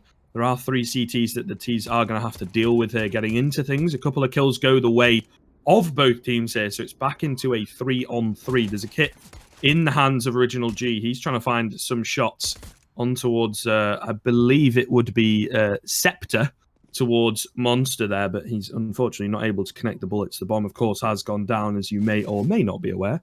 Just depend on if you've got sound on, I suppose. Not quite sure what Alpha Ghost is doing there. Almost shoots his own teammate. Gibby going to drop 2, but Alpha Ghost picks up 2 himself. And now it's into a 2-on-1. FX has got to find both these kills here. Scepter reloading, not quite able to connect the bullets, but will eventually take it. And a bit of a close showing there from not Lancaster, as I looked up and almost said that. It would, in fact, be Hull to take the first pistol here. You know what time it is? It's time for my lovely little sticky notes. Ah, yes. Yes. If you guys have been following us, in week 1, we had York have a team called Mid Rush, but it's Rid Mush, and then like 3 times, and we were like, we can't deal with this. So Chris took it upon himself to just cover it up with post-its and just write York across the screen. And I'm doing the exact same thing here, because it's going to make things so much easier. Ah, they're falling off. Can never rely on post-it notes. I'm probably going to slip over that one a few times. I think some of the admins... Ooh, nice shot from Original G, to be fair. It is pretty decisively going the way of the T side here, as you can see it unfold on your screens. Original G, like I say, does find one. Probably going to look for a bit more damage at the end of this round. Unfortunately, the player that he took down only had a Mach 10, so you can't really be happy about saving that. FX might be able to find Clarky. He will, in fact. Leaves him on 12 HP, but, of course, FX picking up that kill does bode well, and on the Mach 10 gives an extra $600 as well. So a nice little bit of economic damage being done at the end of the round there, but Hull will be happy going forward, I think, to have taken that round. Didn't lose any AKs, I don't think, either. So not a bad result. They get that second conversion. Well, the first conversion round on the board. Now looking to get the second to make it a clean 3-0 as they go into the gun round. FX opting to go for a little bit of chest armor, maybe do a bit more damage with this Mach 10 in round number 3. Bear me. Right, sticky notes are attached. Now says Hull. Nice and easy. Look at that. Bodge job at its finest. Regardless, a very aggressive push has come in on the side of Hull as they push their way up onto the B bomb site. 3 players have fallen immediately. Original G and FX are left on their own devices to try and push round towards the back of B, but that is a long old way to go, and with bomb being planted, not much time to do so. And the way that Hull is set up as well on this B bomb site means that there's not a chance that these guys are going to push through, especially with the weaponry at their disposal. Yeah, very difficult to retake that B-bomb site. Normally for CTs, you really have to work together and make sure to get the trades in. There's not much you can do with utility because there's large areas that the Ts can hold, especially over towards water just outside Monster, right? So it can be very, very difficult in this situation. FX is able to get another kill with that Mach 10, however. Original G won't connect his shot, but nice bit of money earned off that Mach 10. $1,200, I do believe, for FX in the end. So not too bad at all from him. I think he's going to look to upgrade it, perhaps? Or is he going to Yeah, okay. So he does get the M4 in the end. It's a little bit Wise crazy. choice, But really. yeah, I think so. The mac and cheese really not going to do you too much good on that CT Mac side. and cheese. I've got you going. Oh, Now, you got haven't me I? hungry now. This is Good not good. Molotov from the CT side to stop the rush coming through Monster. Smoke will eventually go down from the T's. A very fast hit here from the side of Hull. Kills going back and forth, trading pretty evenly. However, FX finds his way in on that flank, brings it very quickly into a 3-on-2. There's a Mac 10, as we mentioned previously. The lover of mac and cheese also, it would seem, in the hands of Clarkey. Which does not bode too well. A little bit of interesting positioning here, though. It seems the CTs and the Ts have swapped around. Clarkey manages to get in behind Original G as well. Now he's got his hands on an AWP, and he's up in heaven, a spot that normally you don't expect a T to be in on this B-bomb site retake as a CT. There's kits in the hands of FX. His shot comes in from Clarkey. It will, in fact, connect onto Fades, and now FX has got no choice but to save an AK going into the next round. So it will be 4 on the board here for Hull, and I don't know, Warwick looked quite strong coming into their CT side on the previous showing, you know, up against Lancaster, who of course are top seed previous champions and all that kind of storyline associated with them. But now it's really well, I suppose if you're only just joining us, you would think it is Lancaster doing well, but it's actually Hull. So I'm gonna, while we're in a bit of a round that I think should go the way of Hull in this situation, because there's only, I just accidentally held Alt because I was going to Alt Tab, and that's actually the follow grenade button. So you got to see that nice little grenade that landed on no one. Kill going back and forth. FX able to find one, but that AK very quickly dropped on the side of Warwick. So that should pretty much solidify the round here, I think, for Hull, as they have the superior weaponry. You would expect them to take it. Well, you'd have thought so. It would make much sense. Clarkey takes down Original G. Shots being fired from Mason through Monsters to try and connect onto the opposition player ahead of him. He will fall in the end. Clarkey and Spirit with the double Z. That's going to be a hell of a name to try and pronounce those wrong. Gibby left alive. I say that. Clarkey denies me of that right to say that. And Hull now up 5-0. And hey, look, it says Hull now. Oh, I was literally just in the process of typing to add ADD, one of our beautiful admins, and it would seem I don't even have to hit enter because he knows. Hold up, add the admin. Yeah. Oh, that is fantastic. Yeah, Love it. It's like he was It's, born to be an admin, but that's what I know. Yeah. Oh god. But either way, that's pretty good. Makes our job a little bit easier, and as a spectator, you'll also understand Original G with a beautiful opening pick. We saw how effective he was on the AWP on the previous game, and it seems he's definitely riding on that high as he gets a first kill for his team. Looking good for Warwick going into the kind of final minute here of this round. You would kind of bodes well, I suppose, is the saying I'm looking for, because they're quite effective, and they showed us that on the previous map. Unfortunately, they did lose, but they're quite effective at holding the advantage once they secure it. And it would seem Hull might be in a similar situation, you know, that we've seen before. Ooh, tag coming in through the wall there leaves Wretch on 20 HP. Nade will finish him off as well. Original G has already got 2. There's 3 more to find for the ace for him, but 5 versus 3 for his team in general here. Looking good as there's no utility left on that T side. Going to be pretty difficult getting into this A bomb site here. Flash does come in, but no one really going to capitalize now. The strike does come down, but immediately shut down here by the CT side. There was 3 players to deal with on A. Not a single one of them goes down. 3k from Original G. Pretty nice. Not bad. I thought FX was actually AFK then. He was just stood so still outside of bathrooms that when that player moved around the back of him, I'm not entirely sure if he knew he was there for a second, but he just flipped straight onto him and picked up the kill, which was nicely done. Regardless, it's a good round win coming in for Warwick. Hopefully he gets things back on track for those guys. Down 5-1 currently. Hull really much in the driving seat. Shots have been fired as well down towards the B bomb side. Nothing really connecting just yet. I say that, and Original G, oh dearie me, picks up another pick with the ult, really damaging with that in hand, and now it is down to the rest of his whole squad mates to push their way up. Spirit pushing up, has been tagged up by a nade, has managed to pick up one, will not be able to pick up the second as Mason picks up one, picks up a second, sorry, Gibby picks up a third, and now we're down to Scepter, left all alone, takes down one before being traded out near enough immediately by Mason, and again, Warwick back in control. Great 90-degree flick from Gibby, it has to be said there. Towards the end of that round, kind of securing it for his team in the end, avoiding the dreaded reset on the Warwick side, you know, which is definitely not what they wanted, because it's really not a good way to play CS when your economy is constantly up against the ropes. So able here to start, you know, solidifying it going forward. Nice positioning from FX. He gets one, gets away very quickly as well, completely unpunished for that play. 5 versus 4 now. The economy of the T side, you know, they did win 5 in a row. Not great. I think they might be able to pull out some kind of a buy if they opt for it, but it would be smarter, I think, to save if they lose this one. And it's looking that way at the moment. There's still a minute and 15, so you can't write them off. But a second kill coming in, this time in the hands of Original G, going to make it very difficult to secure that back. And we're seeing, again, you know, a lot of these teams, the higher-up teams, of course, you know, this is still reasonably high up in the leagues of the NUEL.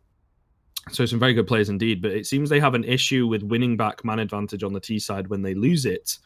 And it really does seem to be a huge problem, you know, and contributes to the losses of some of these rounds and possibly some of the games. It still remains to be seen at this point. Hull do have that 3-round cushion at the moment.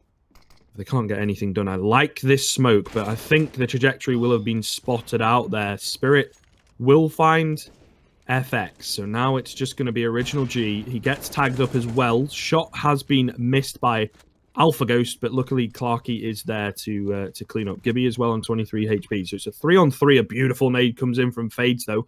Spirit's not ready for that one at all. On the edge of the smoke. Also, Mason not quite able to connect the spray. Leaves Clarky on 15 HP. There's kits on these remaining 3 CT side players and a smoke on Gibby also, so there might be a chance to kind of play the bomb as we've seen many times on Overpass. But unfortunately, he gets a bit aggressive, goes down. Almost a collapse shot for Alpha Ghost. He's found 2, yet to find the 3rd.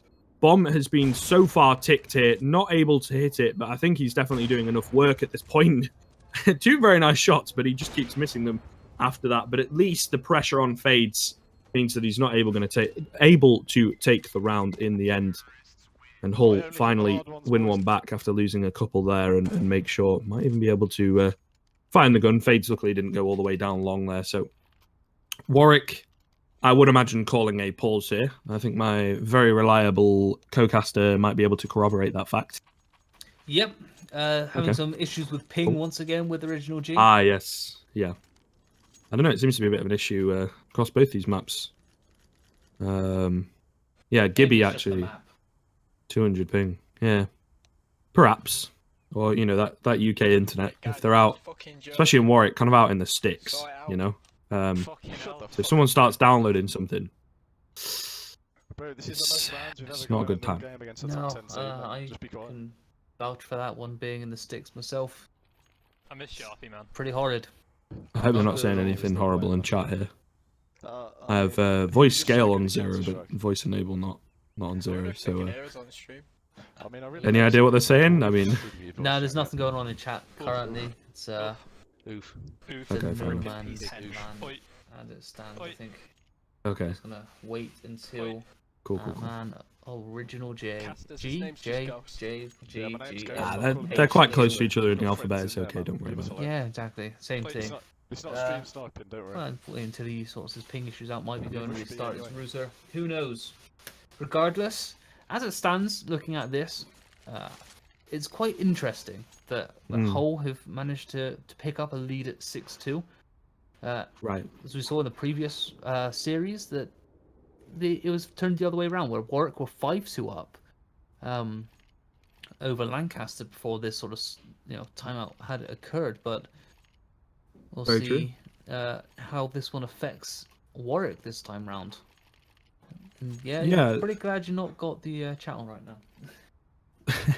Fair enough.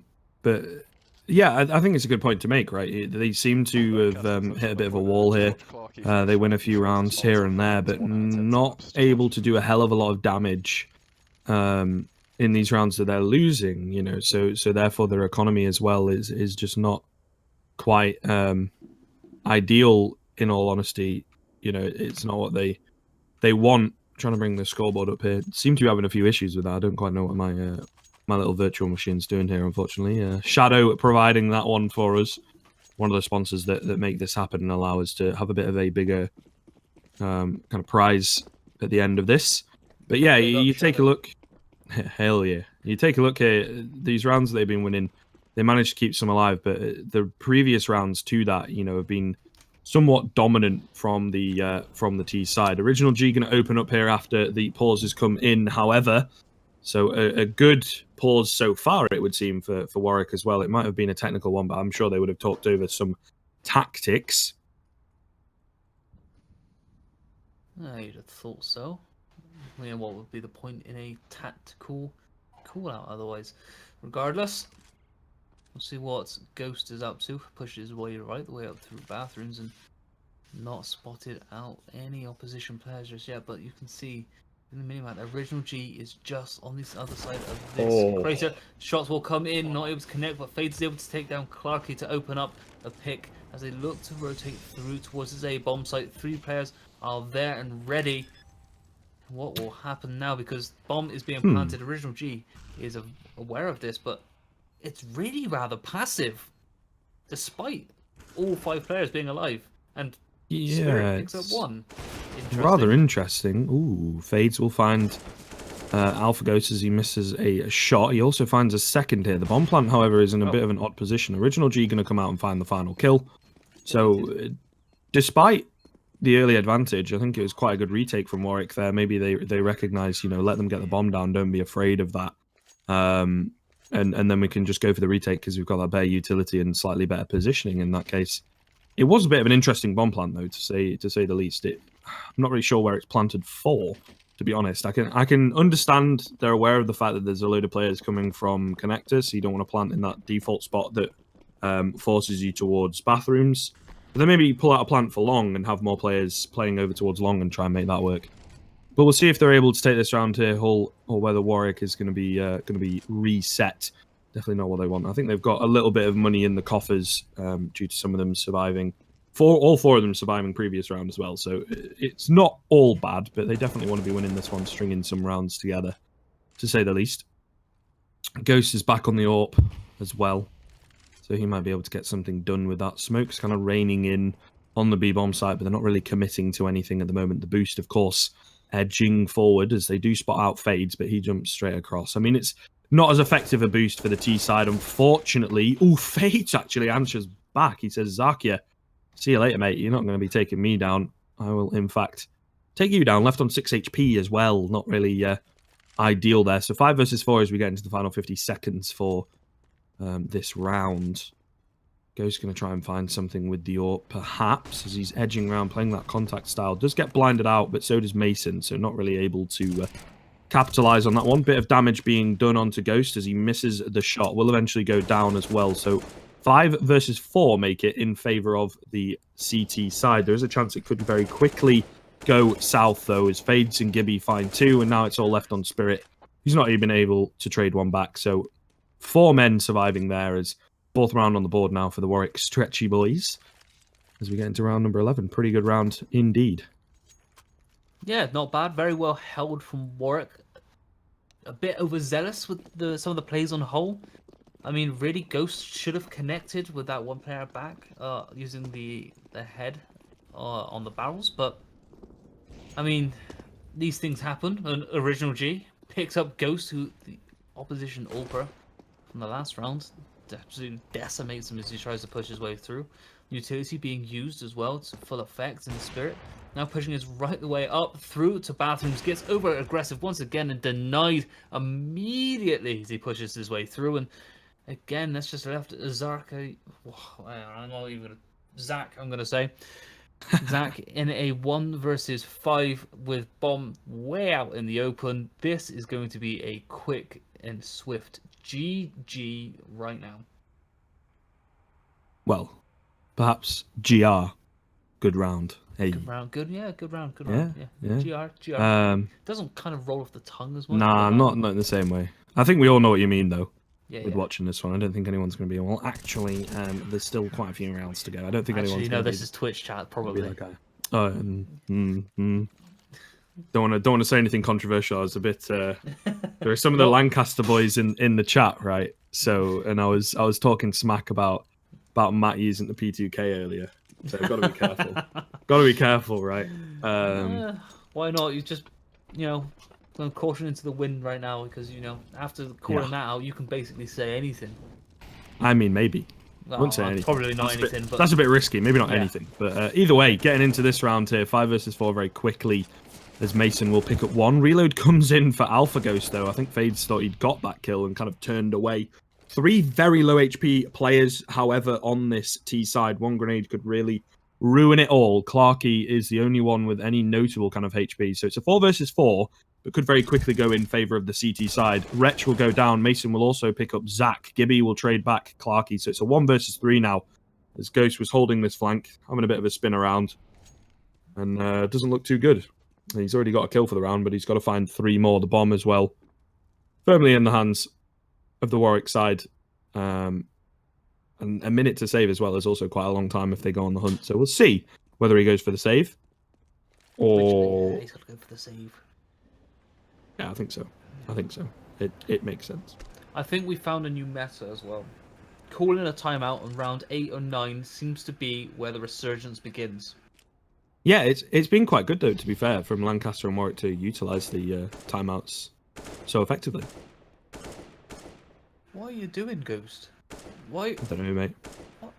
Why are It's you on 22 just... HP. It's like one bullet and he goes down. Just save your AK? Maybe? Nah? Nah, why not? Screw Just go it. for it. YOLO. Go for it. Yeah, just go for it and do nothing and get taken down by Gibby. So Good stuff. I really have to be careful. I'm I'm gonna make some enemies from by calling people You cannot out so much. please everyone. Okay, that is something I'm very much aware of. Yeah. Say how you feel. Say what you see. At the end of the day, treat it like a game of catchphrase. Yeah, fair enough. Not really expecting too much from this round either from Oh, Hull, because they've got that very, very weak buy. Original G-Boy going to take down 1, but FX will go down to Clarky's CZ. However, a quick flank coming in from Fades could definitely do a bit of work here. He'll find Clarky completely unawares. 2 more players in bathrooms that he needs to secure as well. 4 versus 3, but firmly, in the hands. Oh, no. Denied. Spirit, man. Should be getting that one. Zach will trade back Fades, as he's got his hands on an M4. 3 versus 2 as Ghost has got that bomb, and I think he wants to make his way towards B. Whether going to leave Zach there to kind of fade it out or not fake it out rather, remains to be seen.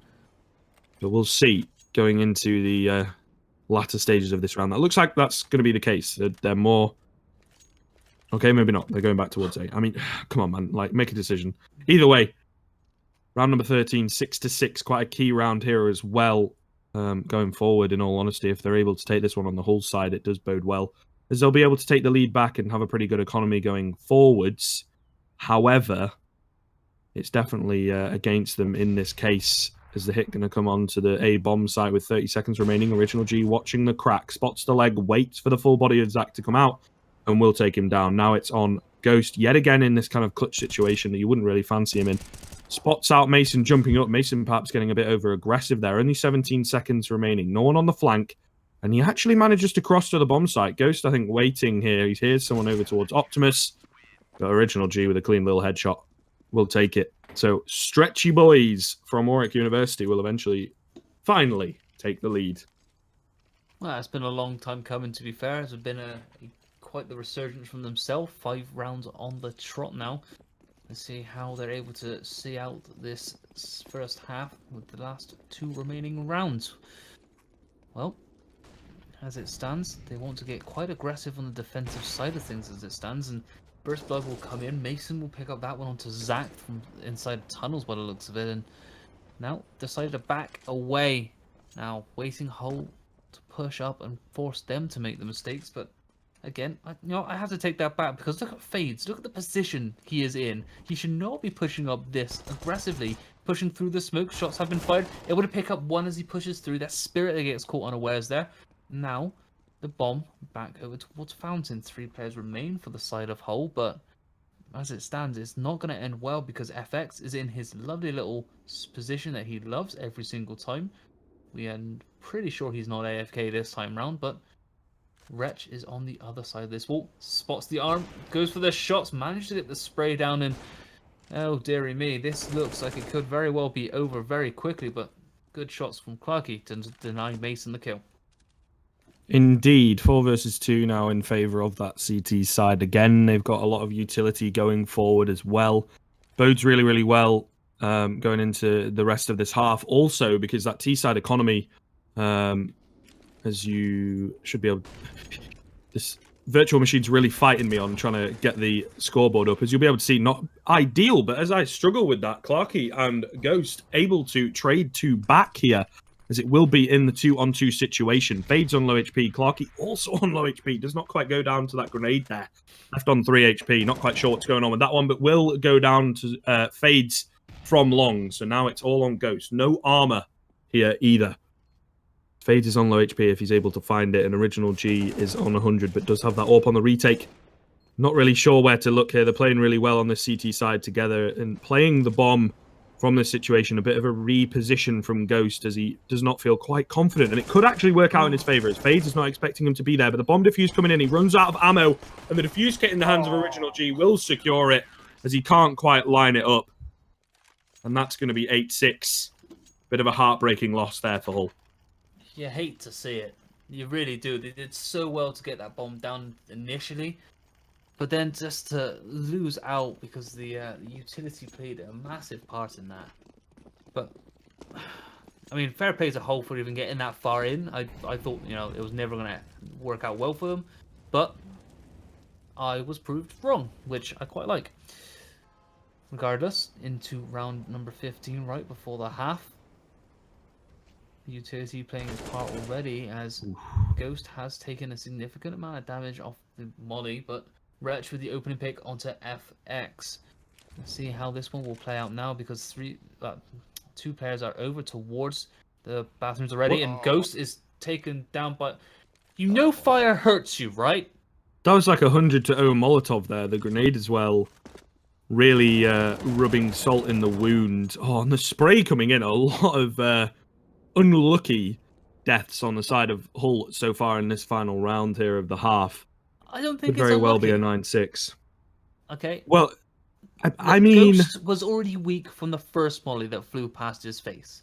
He then but decides... it did like 20 damage and he just stood in it. He just stood in that one. It was like, screw it. Almost a collat coming in there from Original G. Will finish it off. Doesn't quite get Spirit. Tags him down to 14, but we'll see how it is now going into the second half. 9-6 in favour of Warwick. I think Hull need the pistol here, but going into the CT side, 6 rounds is still a good number. But like I say, going to need the pistol, otherwise it's going to be very difficult going forward for sure. Well, second half kicks off right now. Currently Warwick up 9-6 over Hull, despite Hull having a commanding lead to begin with. But Warwick really stretching their legs out and finding the rhythm that they so needed. We'll see how they're able to go into this now, as it will be the pistol round to open things up with shots being fired immediately. Spirit takes a mass amount of damage after taking a shot to the head and will have to back away and play for his life. Zach, though, able to find 2. Oh, Spirit, really, you got to find the head there. That's really quite unfortunate. He will fall. Fades trying to pick up another one from the back end of the B. Ooh, no, that's your own teammate. Don't shoot him. He's on your side. 4 versus 3 here as the bomb does go down. No kits for the CTs at all. So they're really going to struggle on this retake if they don't find the kills. They do have that man advantage, though, so if they just trade wisely, which they are not doing so far, Clarky able to trade one back. Another kill comes in for Wretch. So it's a 2-on-1 for FX now. He's got no armor, but a clean little headshot onto Clarky, and he will also find Wretch. Secures the round for Warwick and Hull. Now it's looking very difficult for them. A beautiful clutch there coming in from big man FX. Wow. Get deleted. Well, Lovely accurate shots coming in from FX to secure that round. Was not expecting that, if I'm honest. Thought, yeah, we might pick up the first one. Fair enough. But the second one, just to turn that corner and just get out of here. Call in hacks.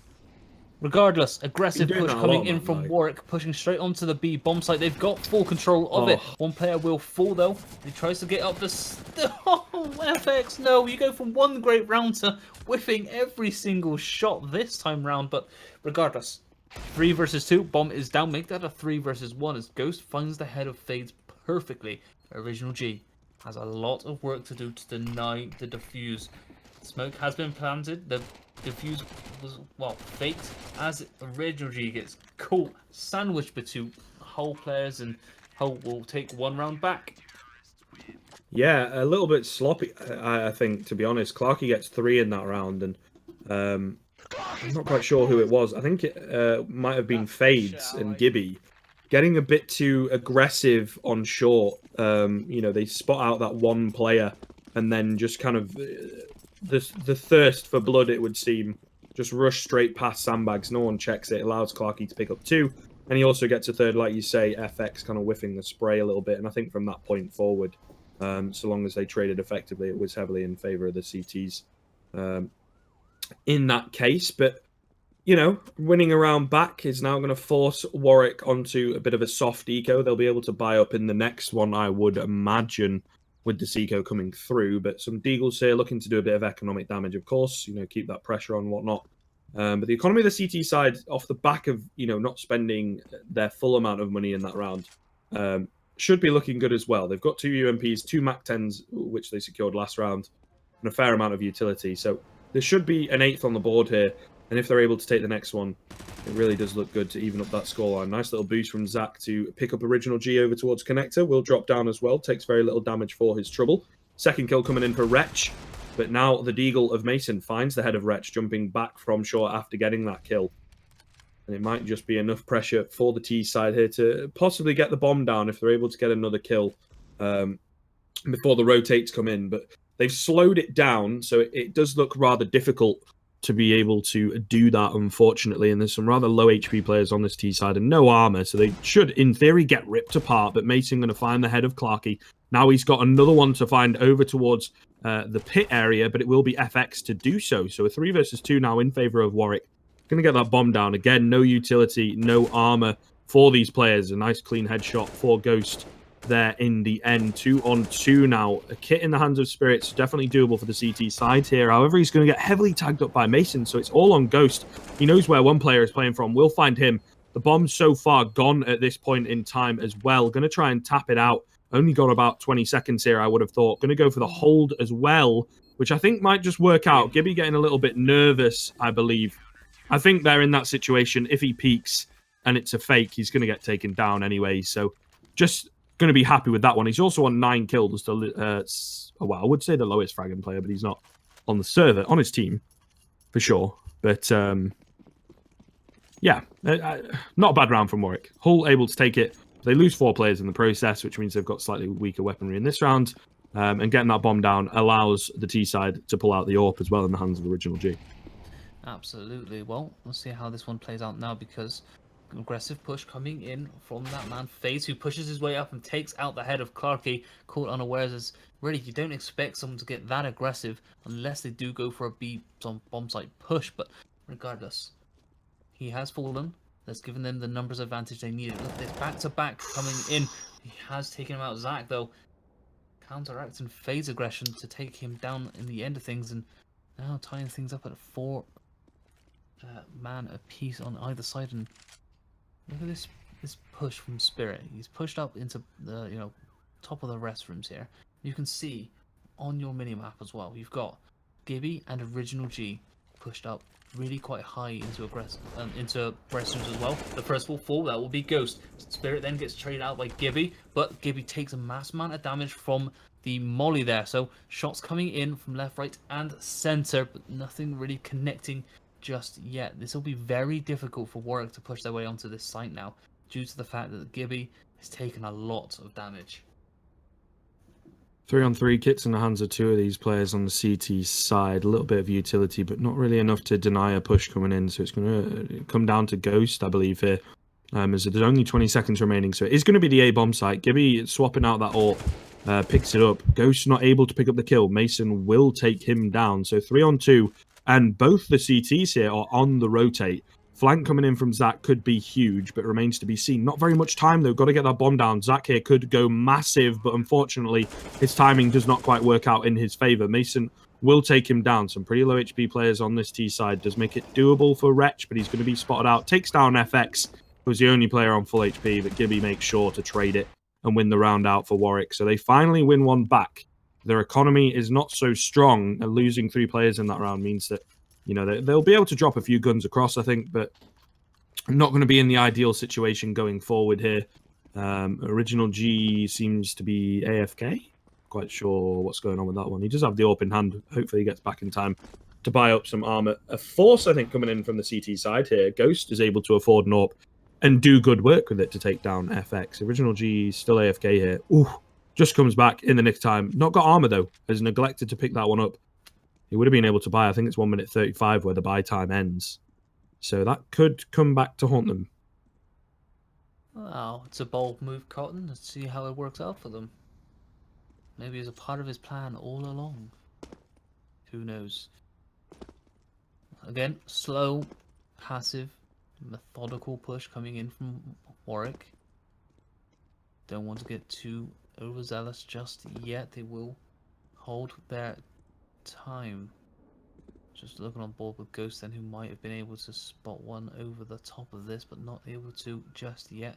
Still, 3 players hanging out towards the back end of restrooms, slowly making their way up. You can see that FaZe has now picked up the bomb himself, and again, ever so slowly edging ever closer. Original G picks up one pick. That's huge because that takes down Ghost, who was really quite dangerous in the last round. To see what Gibby can do, is he's able to turn around the corner, pick up one. 3 players remain. Make that 2 because Mason's able to find one for himself. Now Wretch and Clarky have it all to do. Clarky only with a pistol in hand. It's not going to do too much damage unless he can find the head of the opposition players. Bomb has been planted as well. Wretch has been caught off guard because he has a molly in his face, so he has to hold fast. Just bide his time. Clarky on the other side of this wall, though. Ooh, that's just missing him. He's just out of the way. He does take a little bit of damage now, but neither one of these players really want to get too aggressive. Maybe need to push this as a coordinated push. It doesn't really matter by this point.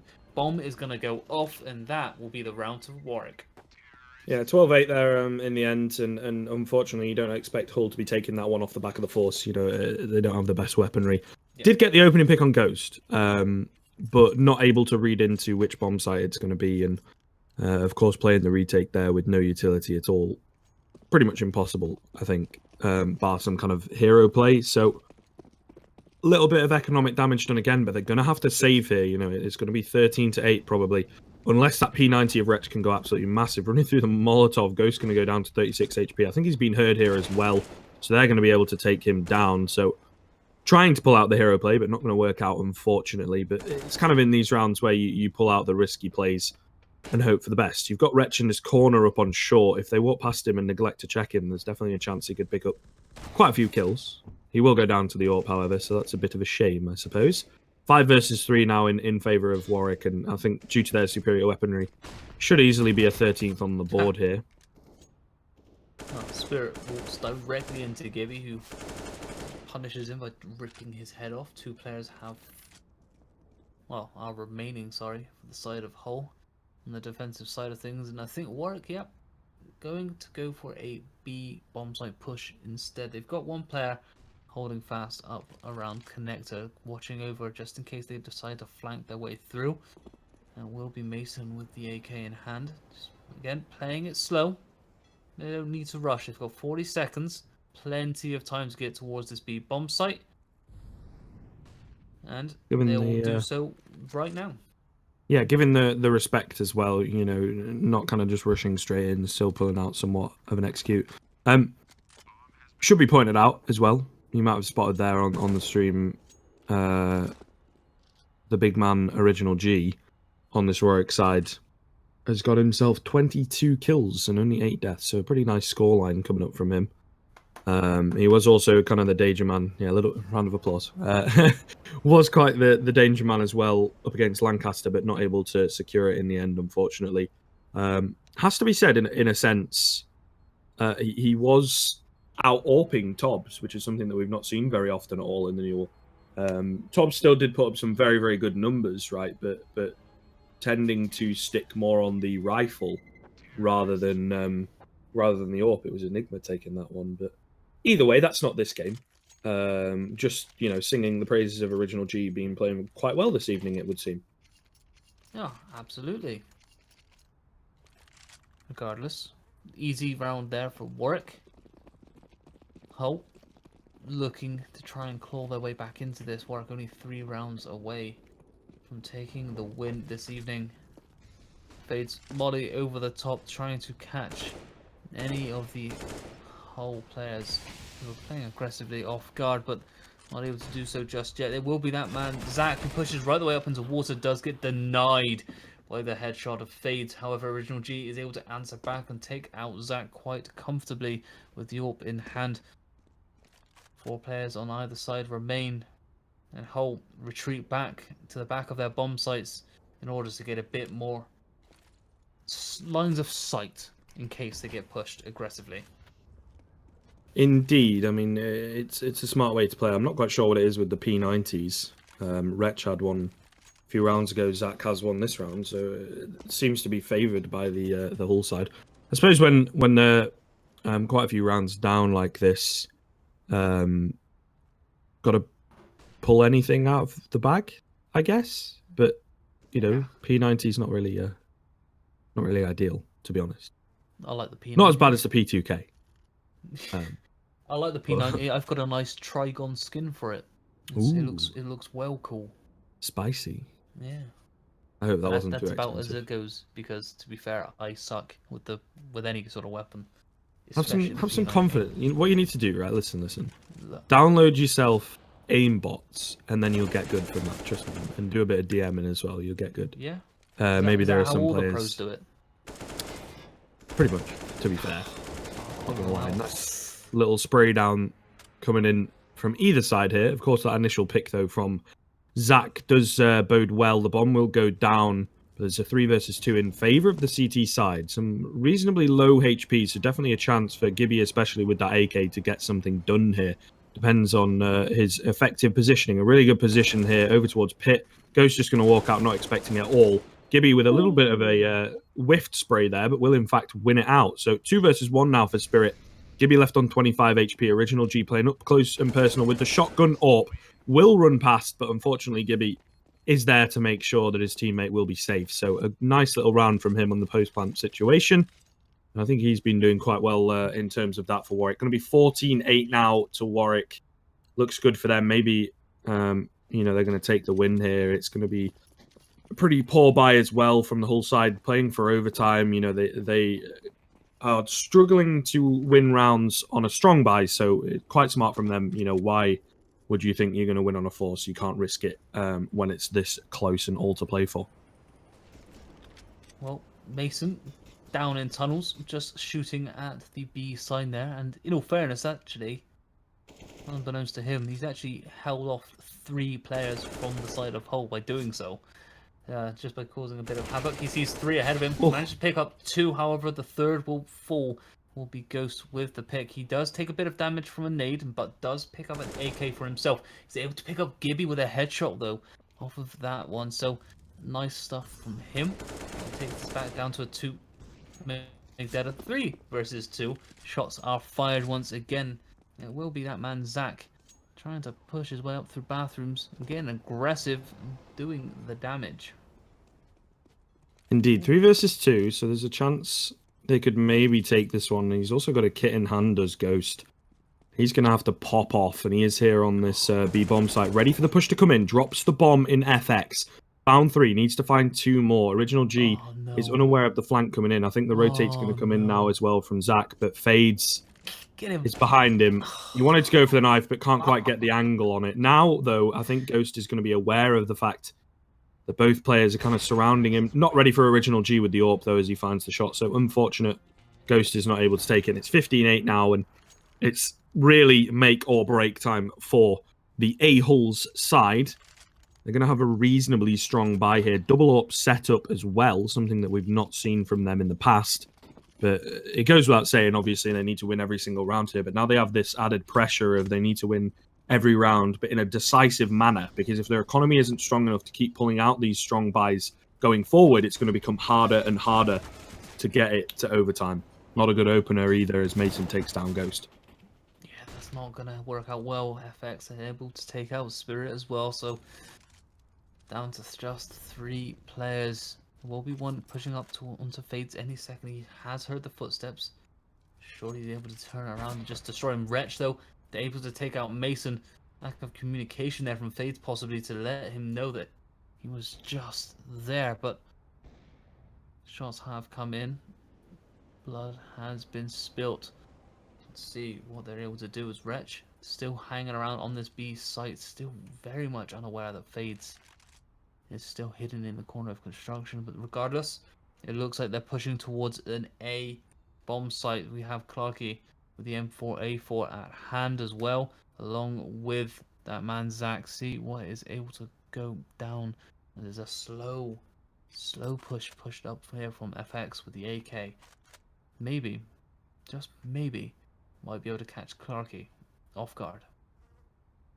It all remains to be seen. 30 seconds to go. Fair amount of utility on both sides. Kit in the hand of Zach. Beautiful headshot from FX onto Clarky. So 4 versus 2 now. Going to be down to Zach to deny this bomb plant. He will. Got to find 3 more, though, for the CT side. The spray not quite connecting, but at least he gets away to wait for the rotates. A huge flank coming in from Wretch, but he's got an AWP in hand.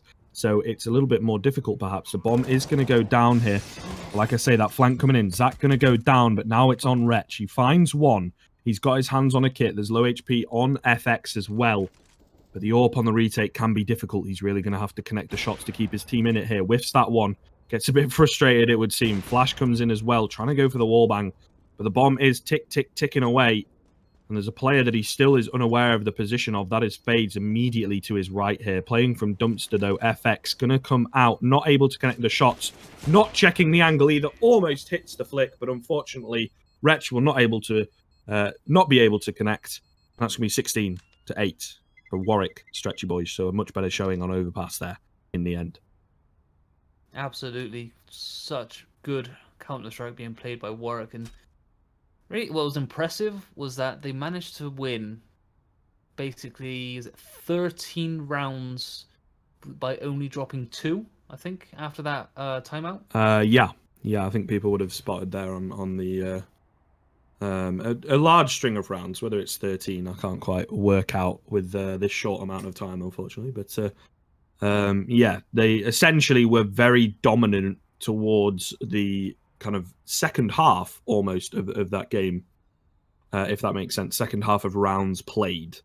But yeah, so a really good showing from them. Really good bounce back. You know, they could have definitely tilted out after losing to Warwick, to Lancaster rather, on their first game. But they do quite well against Hull. They do indeed. But I think that's going to close out tonight's action. I believe we may have a little interview for you guys as well. Yes, I think so. I think we're both going to be sticking around for that one. Like you say, it's going to be the end of the CS action.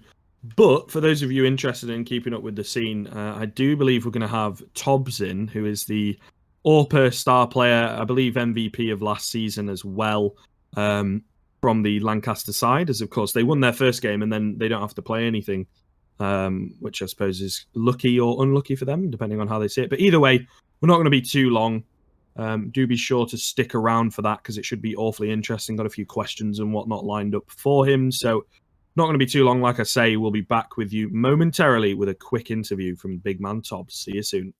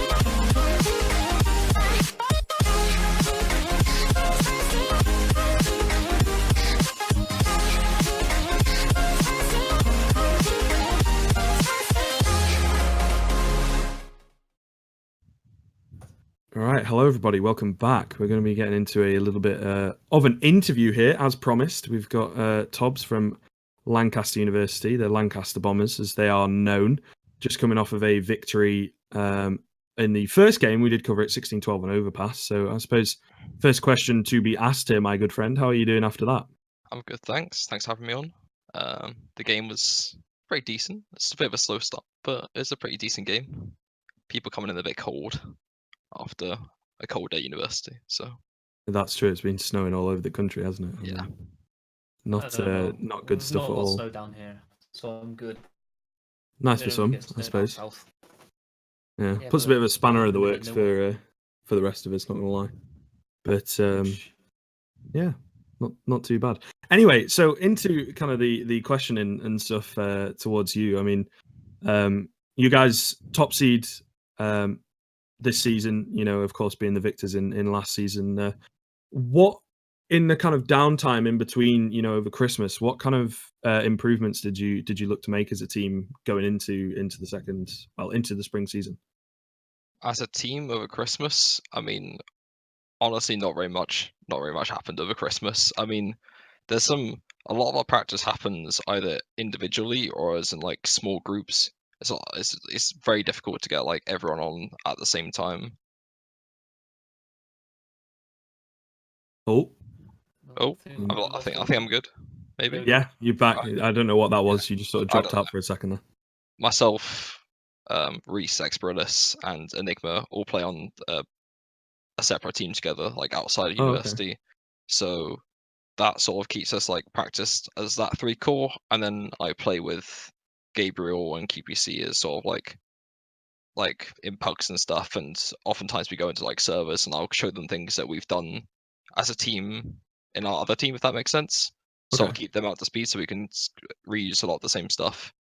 Right. But as a right. team, we don't really practice like as five ever, Yeah. really. I think it's fair enough, right? I don't think there's too many teams in the New York, especially at the top end. A lot of the players seem to, like you say, be invested in other teams, so to speak. And the university stuff is just a chance to get a few more games in and show off a little bit. Because a lot of it comes down to sort of those bragging rights, doesn't it? You know, for your university and representing them and being the best in the country, perhaps. But it's interesting you mentioned you playing an outside team. We've just had Epicland this weekend, right here in the UK and whatnot. So, is there any chance, you know, perhaps after university, you mentioned you're in your final year, whether you're going to go and try and pursue a career in Pro CS, or are you going to focus more on getting a job off of the back of the degree? I mean, I'm not good enough to play Pro CS. I mean, that's a stretch. Like, but I'd like to work in the industry. I like to work in esports. Right. My other team will be attending I Series this time round, so that's like a month away or so. But that's mostly like a fun endeavor more than a serious professional career choice. Yeah, fair enough. So more like rather than grinding it out, trying to get you know, to the upper end, say similar to Smooya, I suppose, would be a Yeah. name that's on a lot of people's lips. More just kind of getting involved in the scene and in the industry is a bit of an enjoyment thing and possibly a career. Yeah, by it's the sounds of like things. well, it's like the NUEL was really my like entry into like esports. Like I'd never been on like a team or anything like before. Like it was Experilis who asked like everyone on the team at the time if they wanted to play like as like a proper team, like rather than just like a university team. And then like it was three of us from that original team that played like as a team for a while, and that sort of fell apart and because of other people. And then like we just like the university stuff is like just like genuine enjoyable competition that we look forward to and we take seriously, but just yeah. Yeah, I know what you mean. There's not as much kind of pressure on that. You know, it's a bit more. I wouldn't say casual, but easier. You know, if you kind of lose going into it, you're not losing as much. You know, you're not going to lose a spot on your team or the chance to get a lot of money in the prize pool. There's like a lot more pride associated with though, like in terms of Right. I feel like that we shouldn't lose any university games, and that like as I'm representing my university, it's sort of a different pressure. And also I know within your there's going to be a reasonable amount of people watching and a reasonable number of my mates watching. So Yeah, it's always under pressure. Like it's Yeah. it's never just an easy casual game, especially sure, when it gets for sure. Warwick. So I mean, Yeah, indeed. You guys have got a bit of a history going on.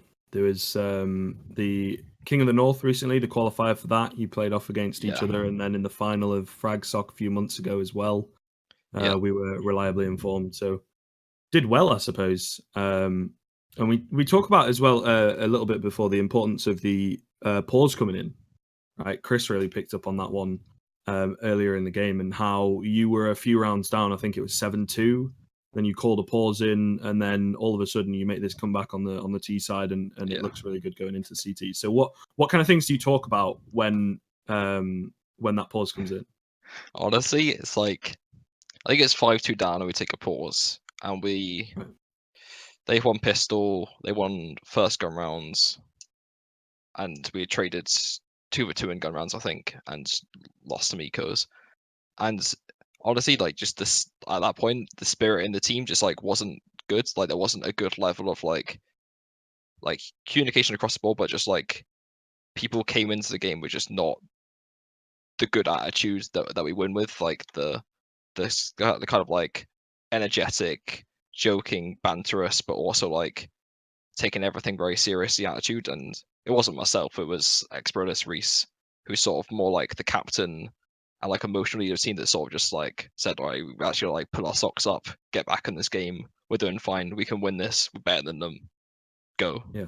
It wasn't anything to do with like we need to figure out what they're doing or like we need to run some different strats. We know what we need to do. It's just we have to do it. We have to dedicate ourselves to it. We have to, not act like we're losing. Right. Fair enough. So I'll throw over to Chris, see if you've got any questions to fire across at all, as you've been a little bit quiet on the bottom left corner of the screen You've there. been taking control over it. Like once again, you do it all the time when we cast. So I'm just used to it by now. Just sit here, chill out a What? little bit and enjoy Put me down, man. what's Put me going down. on. Hey, not putting anything against you, Swift. I love you. I think you're great. But Thanks, let me man. talk, Thanks. all right? All right, go Um, for it, bro. Go for it. Well, I think the one thing that I want to know is what was your secret to success last season? How are you going to implement it into this season? I mean, obviously you've said that you don't practice as a whole team, which is quite interesting because usually when the teams come into these sort of environments, they tend to stick together. But only 3 of you out of the 5 have. So how does that kind of lead into the success that you've kind of been thrown into, really? Honestly, I think a lot of it has to just like do with being really good friends, like outside the game.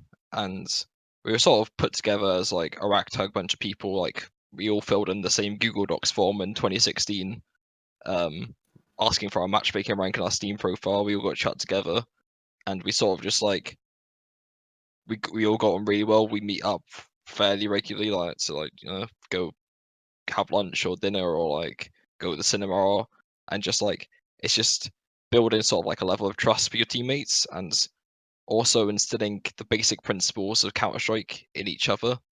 Because undoubtedly, like when we came into it, like we were all incredibly inexperienced in our first season. None of us had any prior team experience at all, I don't think. Yeah. In our first season, Enigma wasn't in the roster, and he was the only one who had any experience outside of it. So it was a lot to do with just like growing together, being willing to learn, being willing to like sort of meet up outside the game and like sort of just build. And I guess like just be mates with each other, and then get that sort of like getting on. Oh, have I lost you? No, still Oh, here, yeah. No, oh, you're I've still here just being for very us, I still. think. Sorry. And yeah, just being willing to listen, willing to learn, and being mates, and that's all we've really done. Like, I think Oak is the only one who hasn't been on a team with at least some of the players. Like outside of it, like the rosters changed a bit depending on how much time people want to put into the game. But yeah, apart from that, the secret to success from last season. Actually, last season we had a swap around. That was my first season of AWPing for the team, because Right. previously to that, ex-Brothers had been AWPing and in-game leading, and I don't know. I think I just kept the fact that I was an AWPer beforehand a bit of a secret, and then it's sort of like, don't know. I improved a lot as an individual player, and I think that was probably one of the keys for us in improving. Was swapping that around. So most of it comes down to you going into the AWPing position, and then chemistry as well being key. Yeah, just team chemistry, and like just because we've been playing together now for like, I think like a year and a half, some of us. So we've been in a lot of these situations before. We've been through losses before. We came second far too many times in a row. Like, then we think we got knocked out pretty early on in our first season of the NUEL. That is in the playoff stage. King of the North, which I think it was run by the NUEL at the time. Well, run with the NUEL. I don't know what's going on. And we came second in both the qualifiers last year. Then we came second at NUEL Live last year, and became second at our varsity event versus York. So it was all a lot of a long learning process before we actually won something, and now it feels like we've got over that hurdle, and we're good to go.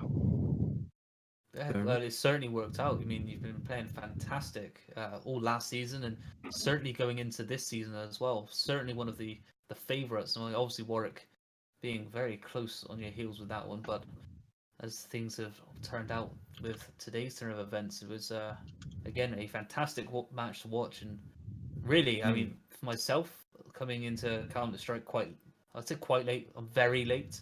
I've only been really following it within the last 8 months. But to see you guys, playing the way that you do, it seems like the chemistry is there constantly, and it looks amazing to watch. So congratulations again on your win tonight, Cheers. and I wish you all the best for the future as well. Yeah, you too. Thanks for having us on. Yeah, that's all right. I think that's pretty much going to be it. I've just got one question. Yeah. And I think Chris has an idea of what this might be. No idea. Why? Fire away. Why does Matt use the P2K? I knew it. Why does Matt use the P2K? Yeah. That's a very good question. I think you were saying the other day that he was going back to USP, and he still hasn't made the change. For a lot of people, they switch and swap between the two. It's a bit of a sort of like they're in their own head a bit with it. It's like, oh, I've been missing the USP. I'll switch to the P2K. I mean, he used the Emperor A1S as well, which is Crazy. crazy stuff. It's a nightmare. No, I actually. just, He's honestly, Matt. I know you're listening. Just swap him. Yeah. Just Well, honestly, I stop mean- dropping the Emperor MS. It's Yeah, useless. it is. It's huge. It had its heyday. It's unfortunately gone now. Look, No, I make just- a resurgence. I'm telling you now. I just sort of with called him Matt out now. on stream for it in passing, and then we just ran with it for like 4 or 5 rounds. The amount of backlash or whatever. But yeah, it's been a pleasure having you on, my dude. I again, similar to Chris, wish you good luck going forwards. Of course, want to keep that competition stellar. Can't have any kind of bias, but it does bode well. Looking at the past few weeks, we tend to follow you guys a lot because it results in some pretty good CS. Yeah, so you're But yeah, usually thanks. some close, yes. It's basically Yeah. But you're always able to edge it out in the end. It would seem those kind of, like you say, being friends as well. I think really helps when you're under a lot of pressure in the clutch situation, so to speak. But yeah, I think that's going to be it in terms of questions. If you've got anything you want to plug, any Twitters or whatnot, then feel free to go ahead. You can follow me on Twitter if you want. That's just TobCS. You can follow Xbrodus. You can follow Matt, QPC Matt. You can follow Enigma. I think he uses his real name actually, which is Callum Merrill. And Oak doesn't have a Twitter. And he has Fair an enough. Instagram that he uses, but he has a very, very foreign name, and I'm not going to try and pronounce it. So, but also, I mean, shout out to the NUEL. If you're thanks, out there, man. I saw some people in the chat earlier today asking, how do I get into competitive CS? If you're at uni, join the NUEL. I'm sure your university has a team. If it doesn't have a team, I'm sure you can find some players to play with. It's honestly a solid experience. You'll make some really good friends if you want to. And yeah, that's it. All right, cool. Well, thank you very much for coming on here.